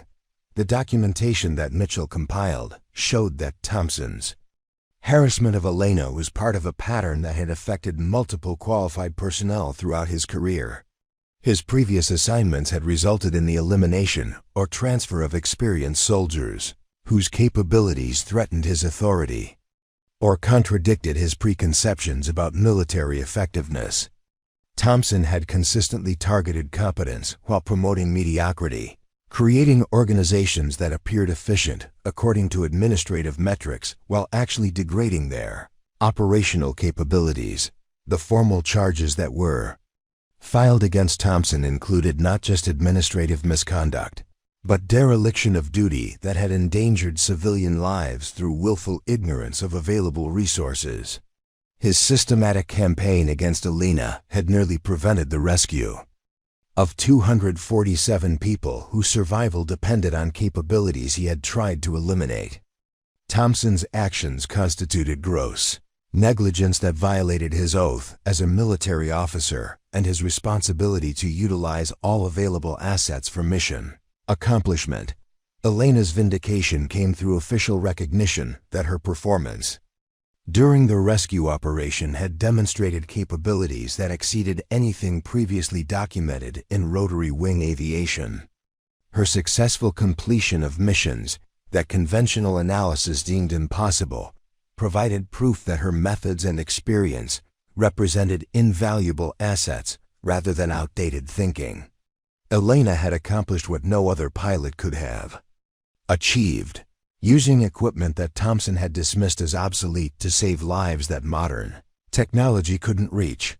The broader investigation that Mitchell's findings triggered revealed similar patterns of administrative incompetence at other military installations where qualified personnel had been eliminated based on superficial assessments rather than actual performance evaluation.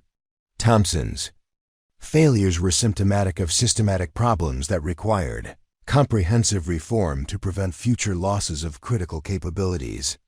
The military was discovering that its emphasis on modernization and efficiency had created vulnerabilities that actual combat situations would expose with potentially catastrophic consequences. Mitchell's final report recommended not just Thompson's removal from command, but comprehensive changes to personnel evaluation procedures that would prevent similar failures in the future. Her analysis showed that the military's emphasis on quantifiable metrics and technological advancement had created blind spots that made recognition of exceptional human capabilities nearly impossible. Elena's case demonstrated that the most valuable assets might be exactly those that didn't fit conventional categories or meet administrative expectations. The timeline for Thompson's removal from Nellis was accelerated when additional evidence emerged showing that his campaign against Elena had violated multiple regulations regarding equal treatment and due process. His systematic harassment had created a hostile work environment while undermining operational readiness through elimination of critical capabilities. Thompson's actions had not only targeted an exceptional individual, but had weakened the entire base's ability to accomplish its mission effectively. Elena's response to her vindication reflected the humility that had characterized her service throughout Thompson's campaign. She expressed satisfaction that the truth had emerged, but emphasized that her primary concern had always been mission accomplishment rather than personal recognition. Elena's focus remained on serving effectively rather than receiving credit, demonstrating the kind of character that made her exceptional as both a pilot and a military professional. The institutional changes that resulted from Elena's case established new procedures for identifying and protecting exceptional capabilities that might not conform to standard administrative categories. Her demonstration that age, equipment, and conventional metrics were poor indicators of actual effectiveness forced comprehensive reevaluation of how the military assessed and utilized its human resources. Elena's vindication became a catalyst for reforms that would prevent future losses of critical expertise to administrative incompetence. Thompson's final confrontation with the consequences of his actions came when he was informed that his military career was over and his conduct would be documented in ways that would prevent similar positions of authority in the future. His systematic campaign against Elena had not only failed completely, but had exposed his fundamental unfitness for leadership, roles that required recognition and utilization of exceptional capabilities. Thompson had destroyed his own career through ignorance and prejudice that Elena's performance had revealed for all to see. 6 months after Thompson's removal from Nellis Air Force Base, Elena found herself standing before a gathering that included some of the most senior military leaders in the country, accepting recognition that she had never sought, but which her extraordinary service had made inevitable. The ceremony took place not in a formal auditorium, but in the same helicopter hangar where Thompson had once questioned her qualifications, with her aging UH-1Y Venom serving as backdrop to proceedings that would establish new standards for how the military identified and utilized exceptional capabilities. The position that Elena accepted carried responsibilities far beyond anything she had imagined when she chose the quiet anonymity of search and rescue operations. As Director of Advanced Rotary Wing Operations, she would oversee the development of training programs that incorporated lessons learned from combat operations that most military personnel couldn't imagine. Her mandate included not just technical instruction, but the cultivation of tactical thinking that could transform ordinary pilots into aviators, capable of accomplishing missions that conventional analysis deemed impossible. Elena's first initiative involved establishing evaluation criteria that looked beyond quantifiable metrics to identify pilots who possessed the intuitive understanding of aircraft dynamics that couldn't be taught through normal training programs. Her experience had shown her that the most capable aviators were often those who treated their helicopters as extensions of themselves rather than mechanical systems to be operated according to predetermined procedures. Elena designed selection processes that tested judgment, adaptability, and the kind of creative problem-solving that separated exceptional pilots from merely competent ones. The training facility that Elena developed at Nellis represented a complete departure from conventional approaches to helicopter instruction. Instead of focusing on standardized procedures and technological dependence, her programs emphasized fundamental flying skills that would enable pilots to maintain control when systems failed and conditions exceeded normal parameters. Elena created scenarios that forced students to confront the kind of challenges that combat operations presented, building confidence through mastery of skills that most military training never addressed. Elena's influence extended beyond pilot training to comprehensive reform of how the military assessed and utilized its aviation assets. Her demonstration that aging aircraft could outperform modern alternatives under specific conditions forced reevaluation of procurement priorities and operational planning that had emphasized technological advancement over tactical effectiveness. Elena's success with supposedly obsolete equipment proved that human expertise could often overcome technological limitations when properly applied. The curriculum that Elena established included not just flying techniques, but the kind of strategic thinking that transformed pilots into complete military aviators, capable of independent decision-making under extreme pressure. Her students learned to read weather patterns and terrain features with the precision that could mean the difference between mission success and catastrophic failure. Elena taught navigation skills that didn't depend on electronic systems, communication techniques that worked when radios failed, and emergency procedures that prepared pilots for situations that couldn't be anticipated through normal training. Scenarios. Elena's approach to instruction reflected her understanding that exceptional capability required more than technical competence. She emphasized character development and ethical decision-making that would enable pilots to choose correctly when faced with impossible situations where any action might result in loss of life. Elena's students learned to balance mission requirements against human costs, developing the kind of judgment that separated true military leaders from personnel who merely followed orders without understanding their broader implications. Recognition that Elena received from Pentagon leadership included not just formal commendations, but consultation on strategic planning that would reshape military aviation for the next generation. Her insights about the limitations of technology-dependent operations influenced procurement decisions worth billions of dollars, while her recommendations about pilot selection and training affected every rotary wing program in the military. Elena's transformation from anonymous contractor to strategic advisor demonstrated that exceptional capability could emerge from the most unexpected circumstances. Elena's integration of civilian rescue techniques with military tactical procedures created hybrid training programs that prepared pilots for the full spectrum of operations they might encounter throughout their careers.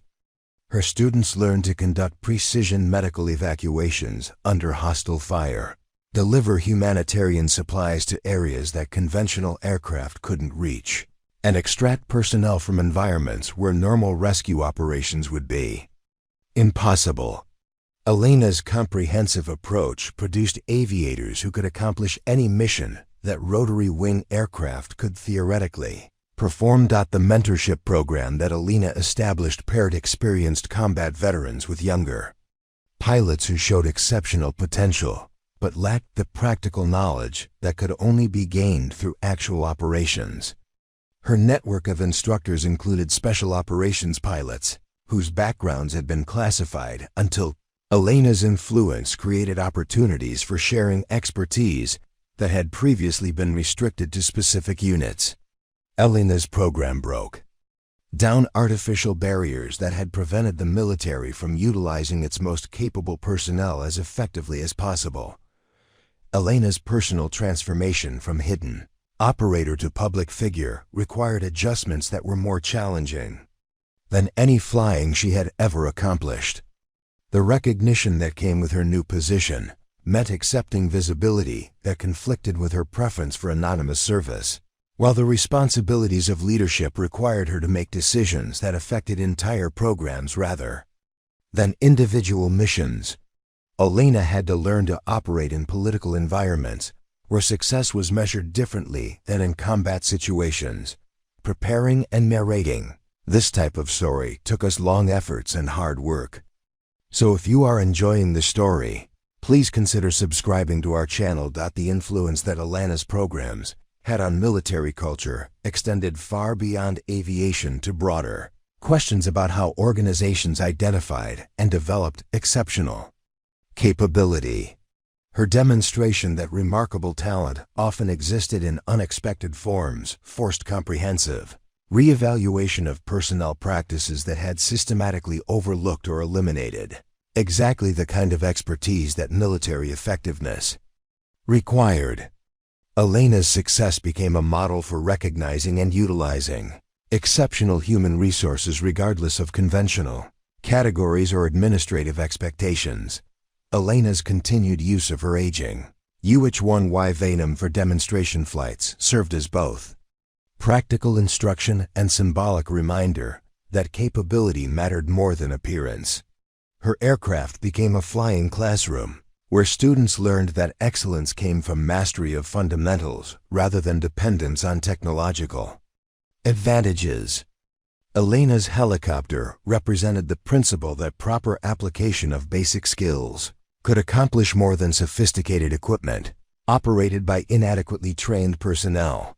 The international recognition that Elena received included invitations to share her expertise with allied militaries who faced similar challenges in developing effective rotary wing capabilities. Her consulting work with foreign air forces demonstrated that the principles she had developed were universally applicable, transcending cultural and technological differences that might otherwise prevent successful cooperation. Elena's influence extended American military capabilities through enhancement of allied forces that operated in partnership with United States forces. Elena's evening routine had evolved from solitary remembrance to active preparation for the next day's training responsibilities, but she maintained the morning flights that honored the memory of soldiers who had trusted her with their lives. Her wooden box remained on her knitstand, but its contents now represented inspiration for future service rather than merely guilt about past losses. Elena had transformed her grief into purpose that would influence military aviation for generations to come. The strategic planning sessions that Elena participated in addressed questions about future military requirements that went far beyond immediate operational needs. Her experience with combat situations that couldn't be anticipated through normal planning processes provided insights about the kind of capabilities that military forces would need to address emerging threats. Elena's perspective influenced decisions about force structure and training priorities that would affect military effectiveness for decades. Elena's relationship with the maintenance personnel who supported her programs reflected the mutual respect that developed when exceptional operators worked with technicians who understood the importance of their mission. Her insistence on thorough preparation and attention to detail created a culture where everyone involved understood that their work directly affected the safety of personnel who would face life or death situations where equipment failure wasn't acceptable. Elena's standards influenced everyone who worked with her to perform at levels that exceeded normal military requirements. The legacy that Elena was building through her training programs would outlive her own service, creating capabilities that would benefit military operations long after she had retired from active duty. Her students would carry forward the expertise that she had gained through experiences that couldn't be replicated through normal training, while the principles she established would influence pilot development for the foreseeable future. Elena's transformation from anonymous operator to institutional influence represented the kind of leadership that shaped military culture through example rather than authority. Elena's integration of advanced technology with fundamental flying skills created training programs that prepared pilots for operations in environments where electronic systems might be compromised or unavailable.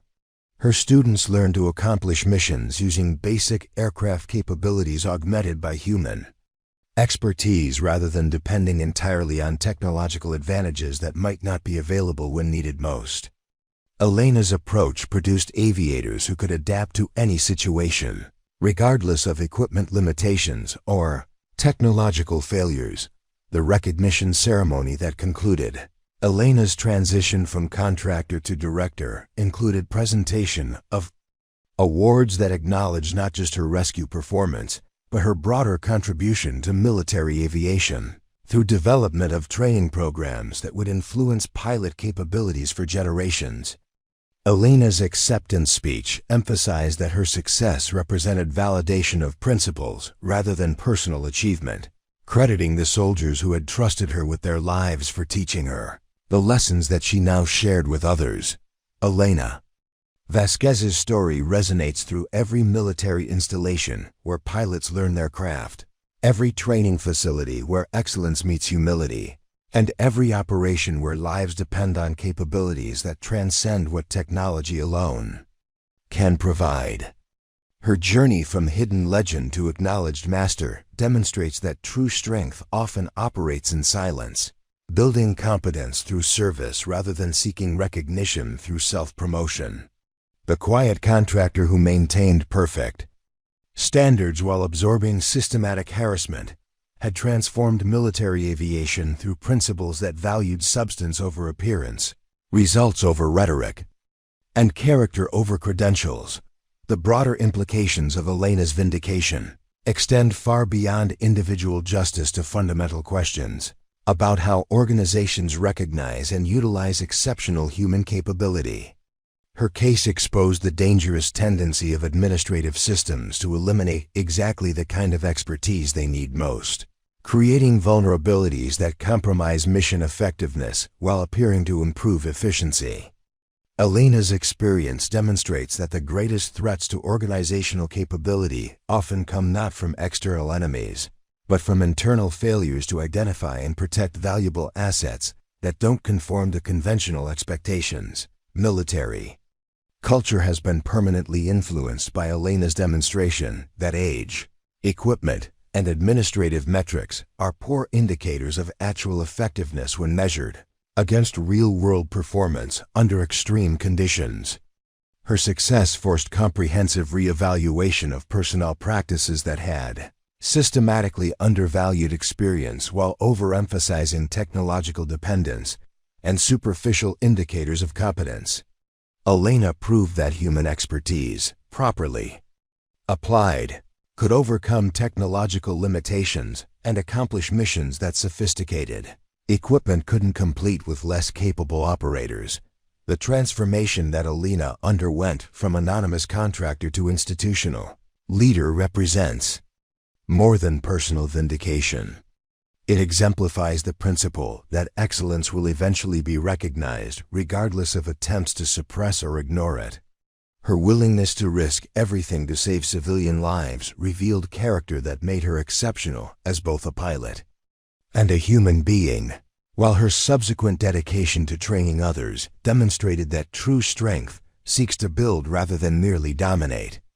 Elena's influence multiplied through every pilot she trained and every principle she established. Elena's continued use of her aging helicopter as a teaching platform serves as a living reminder that capability matters more than appearance, that mastery of fundamentals outweighs dependence on technological advantages. Her aircraft became a symbol of the principle that excellence transcends equipment limitations when human expertise is properly applied to challenging situations. Students who learned in Elena's helicopter understood that their skills would determine mission success more than the sophistication of their equipment. The international recognition that Elena's methods received validated approaches that emphasized human development over technological dependence, influencing military training programs throughout the Allied world. Her principles were adopted by air forces that faced similar challenges in developing effective rotary wing capabilities, proving that fundamental truths about aviation transcended national boundaries and cultural differences. Elena's influence extended American military effectiveness through enhancement of allied capabilities that operated in partnership with United States forces.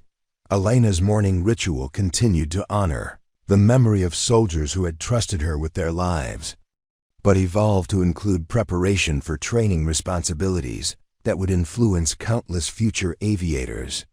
Her flights became moving memorials that transformed grief into purpose, ensuring that the lessons learned through terrible cost would benefit others who faced similar challenges.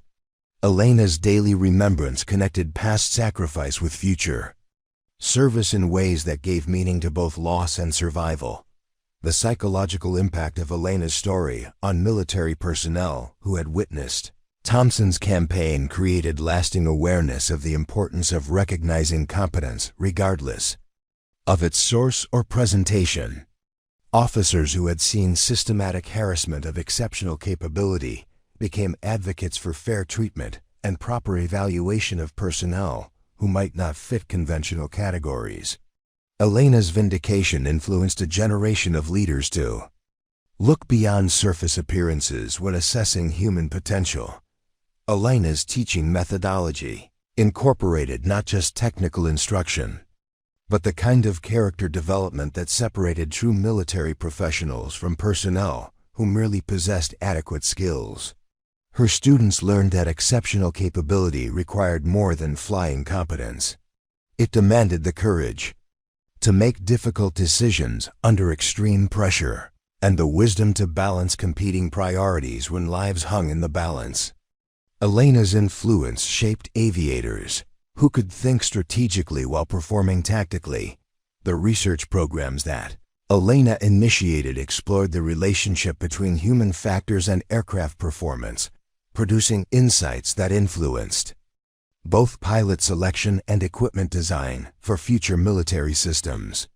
Her understanding of how exceptional operators could exceed theoretical performance limitations provided valuable data for engineers and planners who design next-generation aviation platforms. Elena's expertise contributed to development of aircraft that better utilized human capabilities rather than simply replacing them with automated systems.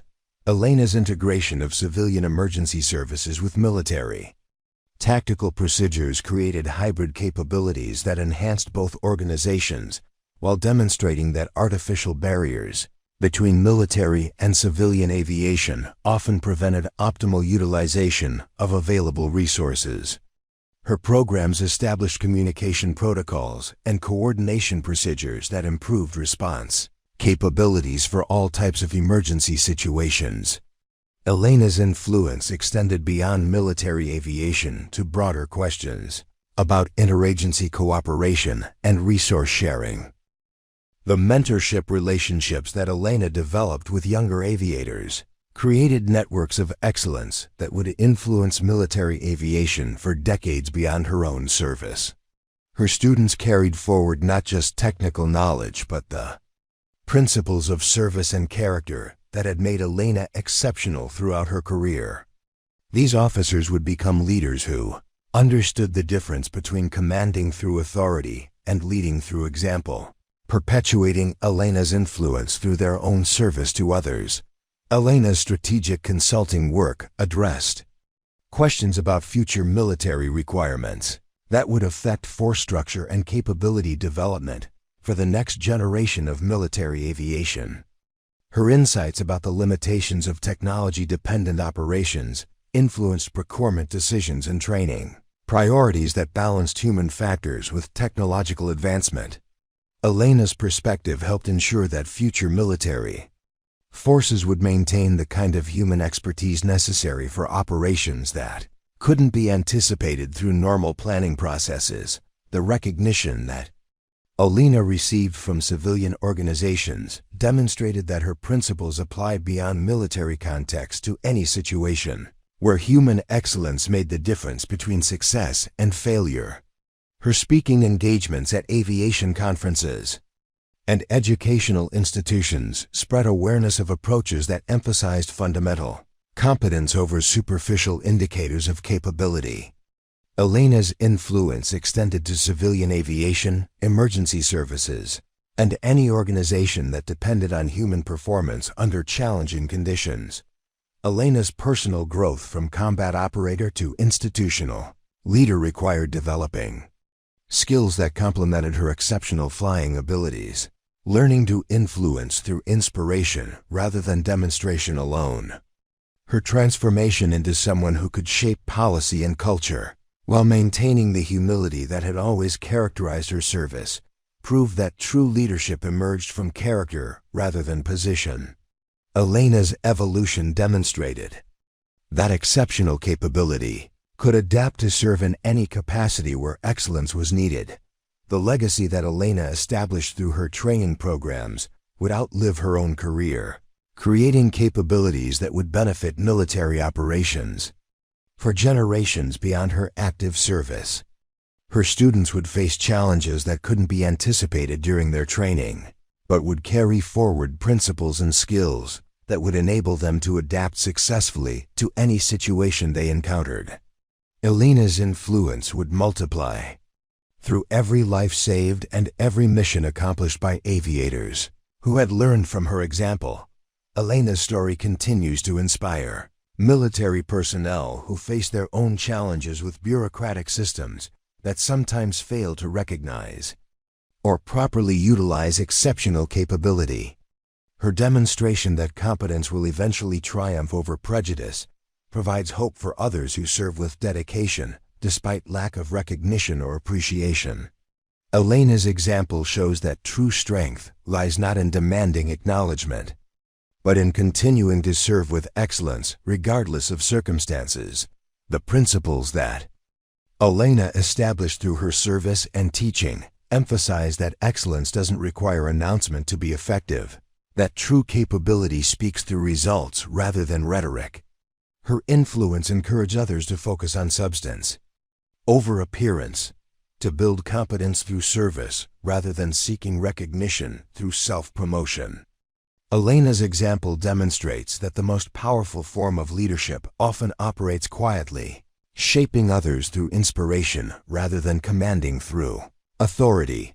Elena Vasquez proved that legends are not born from publicity or recognition, but from the quiet accumulation of exceptional service performed with humility and dedication.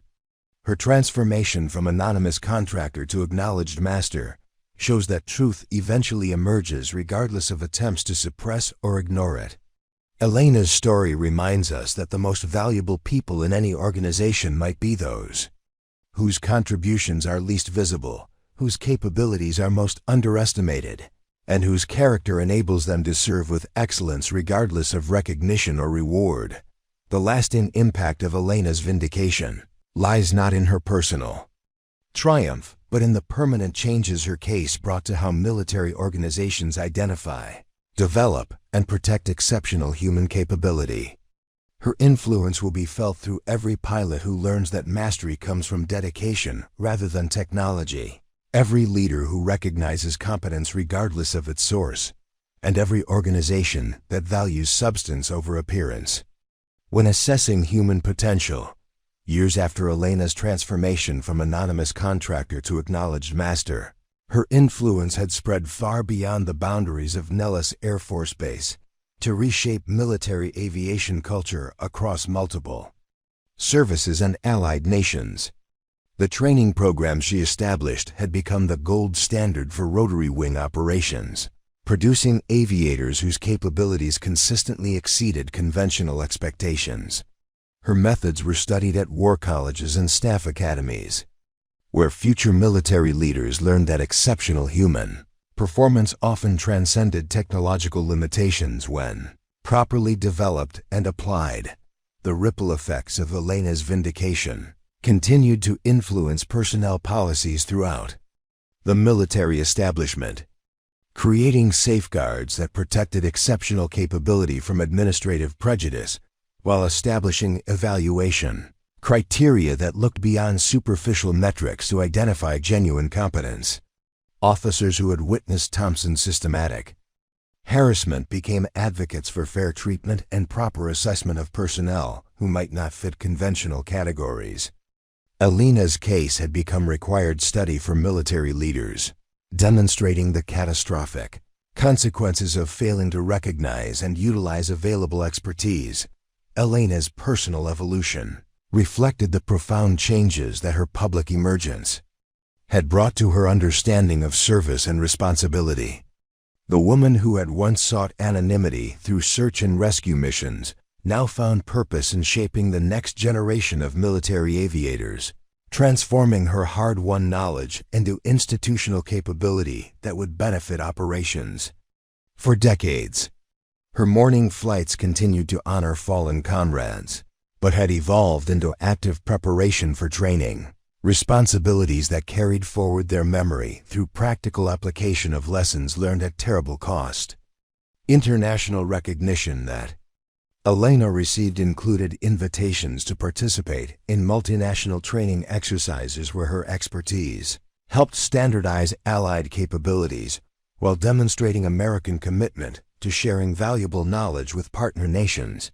Her influence extended through NATO aviation programs and bilateral agreements that enhanced cooperative operations by ensuring that Allied pilots could operate effectively alongside American forces.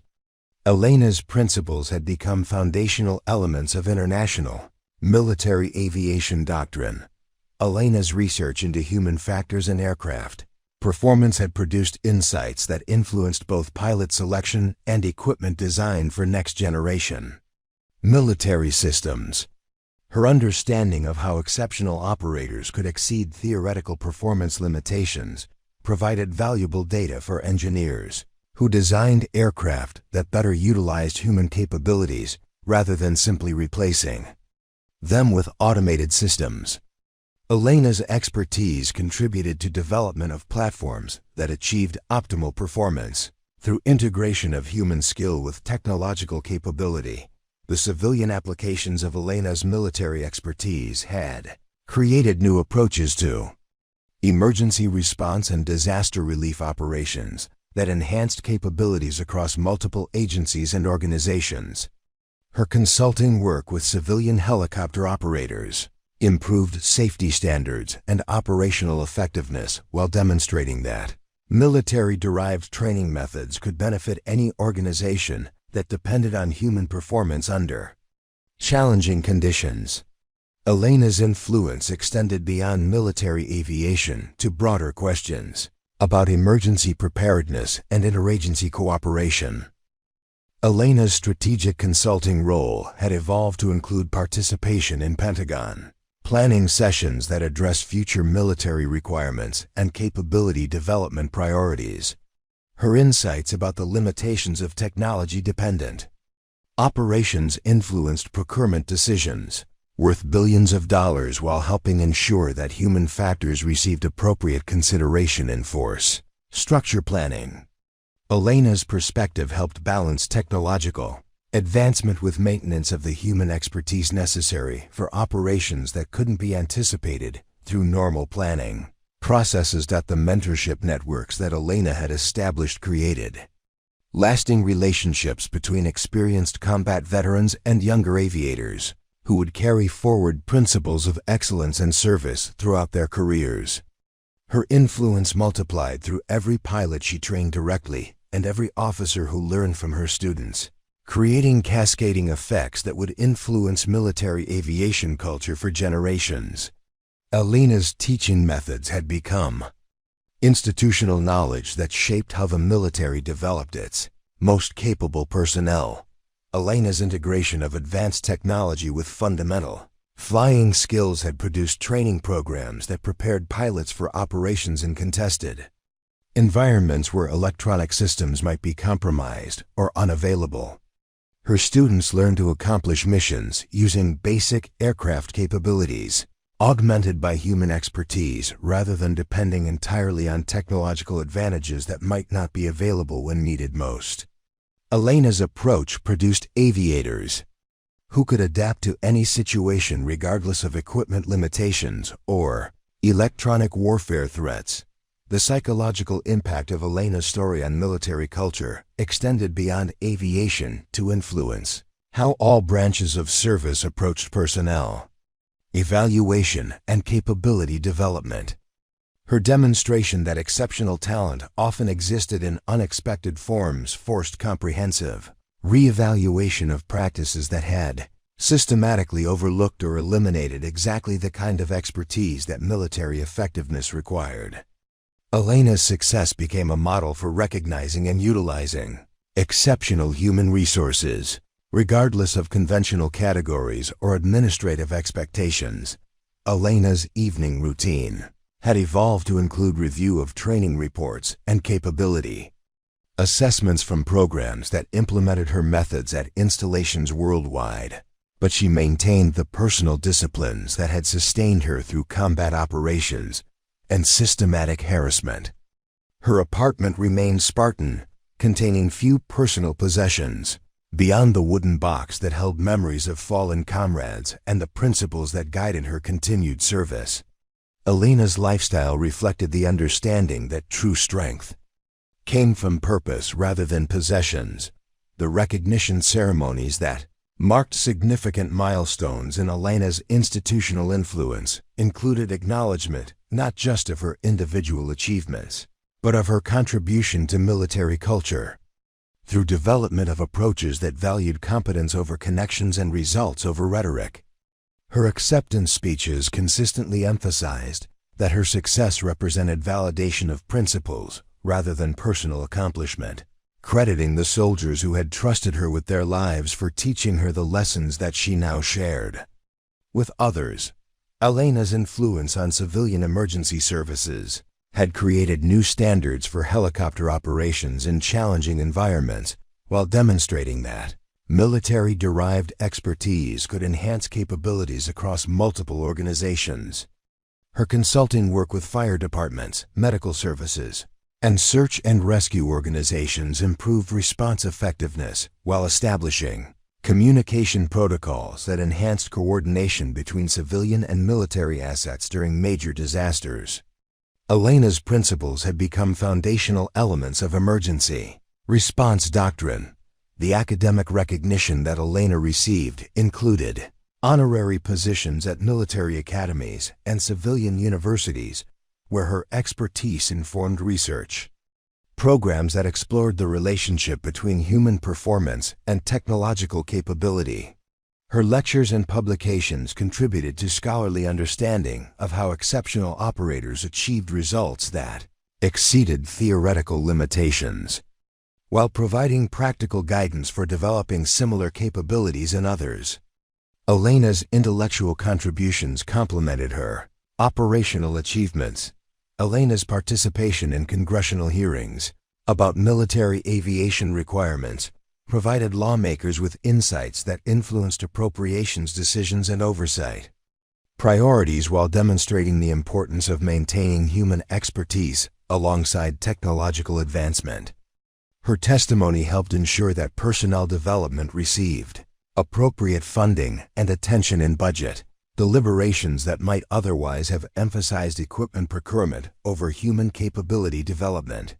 Elena's influence extended to the highest levels of military policymaking. The transformation that Elena had undergone from hidden operator to acknowledged leader continued to evolve as she accepted increasing responsibilities for shaping military aviation policy and capability development. Her unique combination of exceptional operational experience and institutional influence positioned her to bridge gaps between tactical requirements and strategic planning that often prevented optimal utilization of available resources. Elena's perspective provided valuable insight for leaders who made decisions affecting military effectiveness at the highest levels. Elena's story had become inspirational narrative studied in leadership courses and professional development programs throughout the military establishment, demonstrating that true excellence emerged from character and dedication rather than recognition or advancement. Her example encouraged others to focus on substance over appearance, while showing that competence would eventually be recognized. regardless of attempts to suppress or ignore it. Elena's influence shaped how military personnel understood their responsibilities to serve with excellence regardless of circumstances or recognition. Elena stood on the flight line at Nellis, watching a new generation of pilots prepare for their final training exercise. Among them was Lieutenant Sarah Chun, a young aviator who reminded Elena of herself 20 years ago, quietly competent, overlooked by flashier colleagues, but possessing that indefinable quality that separated good pilots from exceptional ones. As the F-35s roared overhead in perfect formation, Elena smiled, remembering when those same pilots had once dismissed her museum piece helicopter. Today, those F-35 pilots regularly requested cross-training in Elena's programs, understanding that technology was only as good as the human operating it. Lieutenant Chun approached Elena's weathered, Venom helicopter with the same reverence Elena once reserved for her morning rituals. "Ma'am," she said quietly, "I wanted to thank you for showing us that excellence doesn't need to announce itself." Elena handed Chun the flight helmet that had carried her through countless missions. "Remember, Lieutenant, the most dangerous person isn't always the one making the most noise. Sometimes it's the quiet professional who shows up early, stays late, and gets the job done right." As Chun's helicopter lifted off for her certification flight, Elena felt the familiar stirring of pride, not in her own achievements, but in the knowledge that her legacy would live on through every pilot who chose competence over recognition, service over self-promotion. The ghost had finally found peace, not in hiding from her past, but in ensuring that future warriors would be better prepared for whatever challenges awaited them in hostile skies. Elena's story proves that true strength doesn't need to announce itself. It demonstrates itself through action. Sometimes the most valuable person in the room is the one everyone underestimates. What's your take on this story? Have you ever encountered someone whose hidden talents completely surprised you? Drop your thoughts in the comments below, and don't forget to hit that subscribe button for more incredible stories of everyday heroes who changed everything. Your support means the world to us.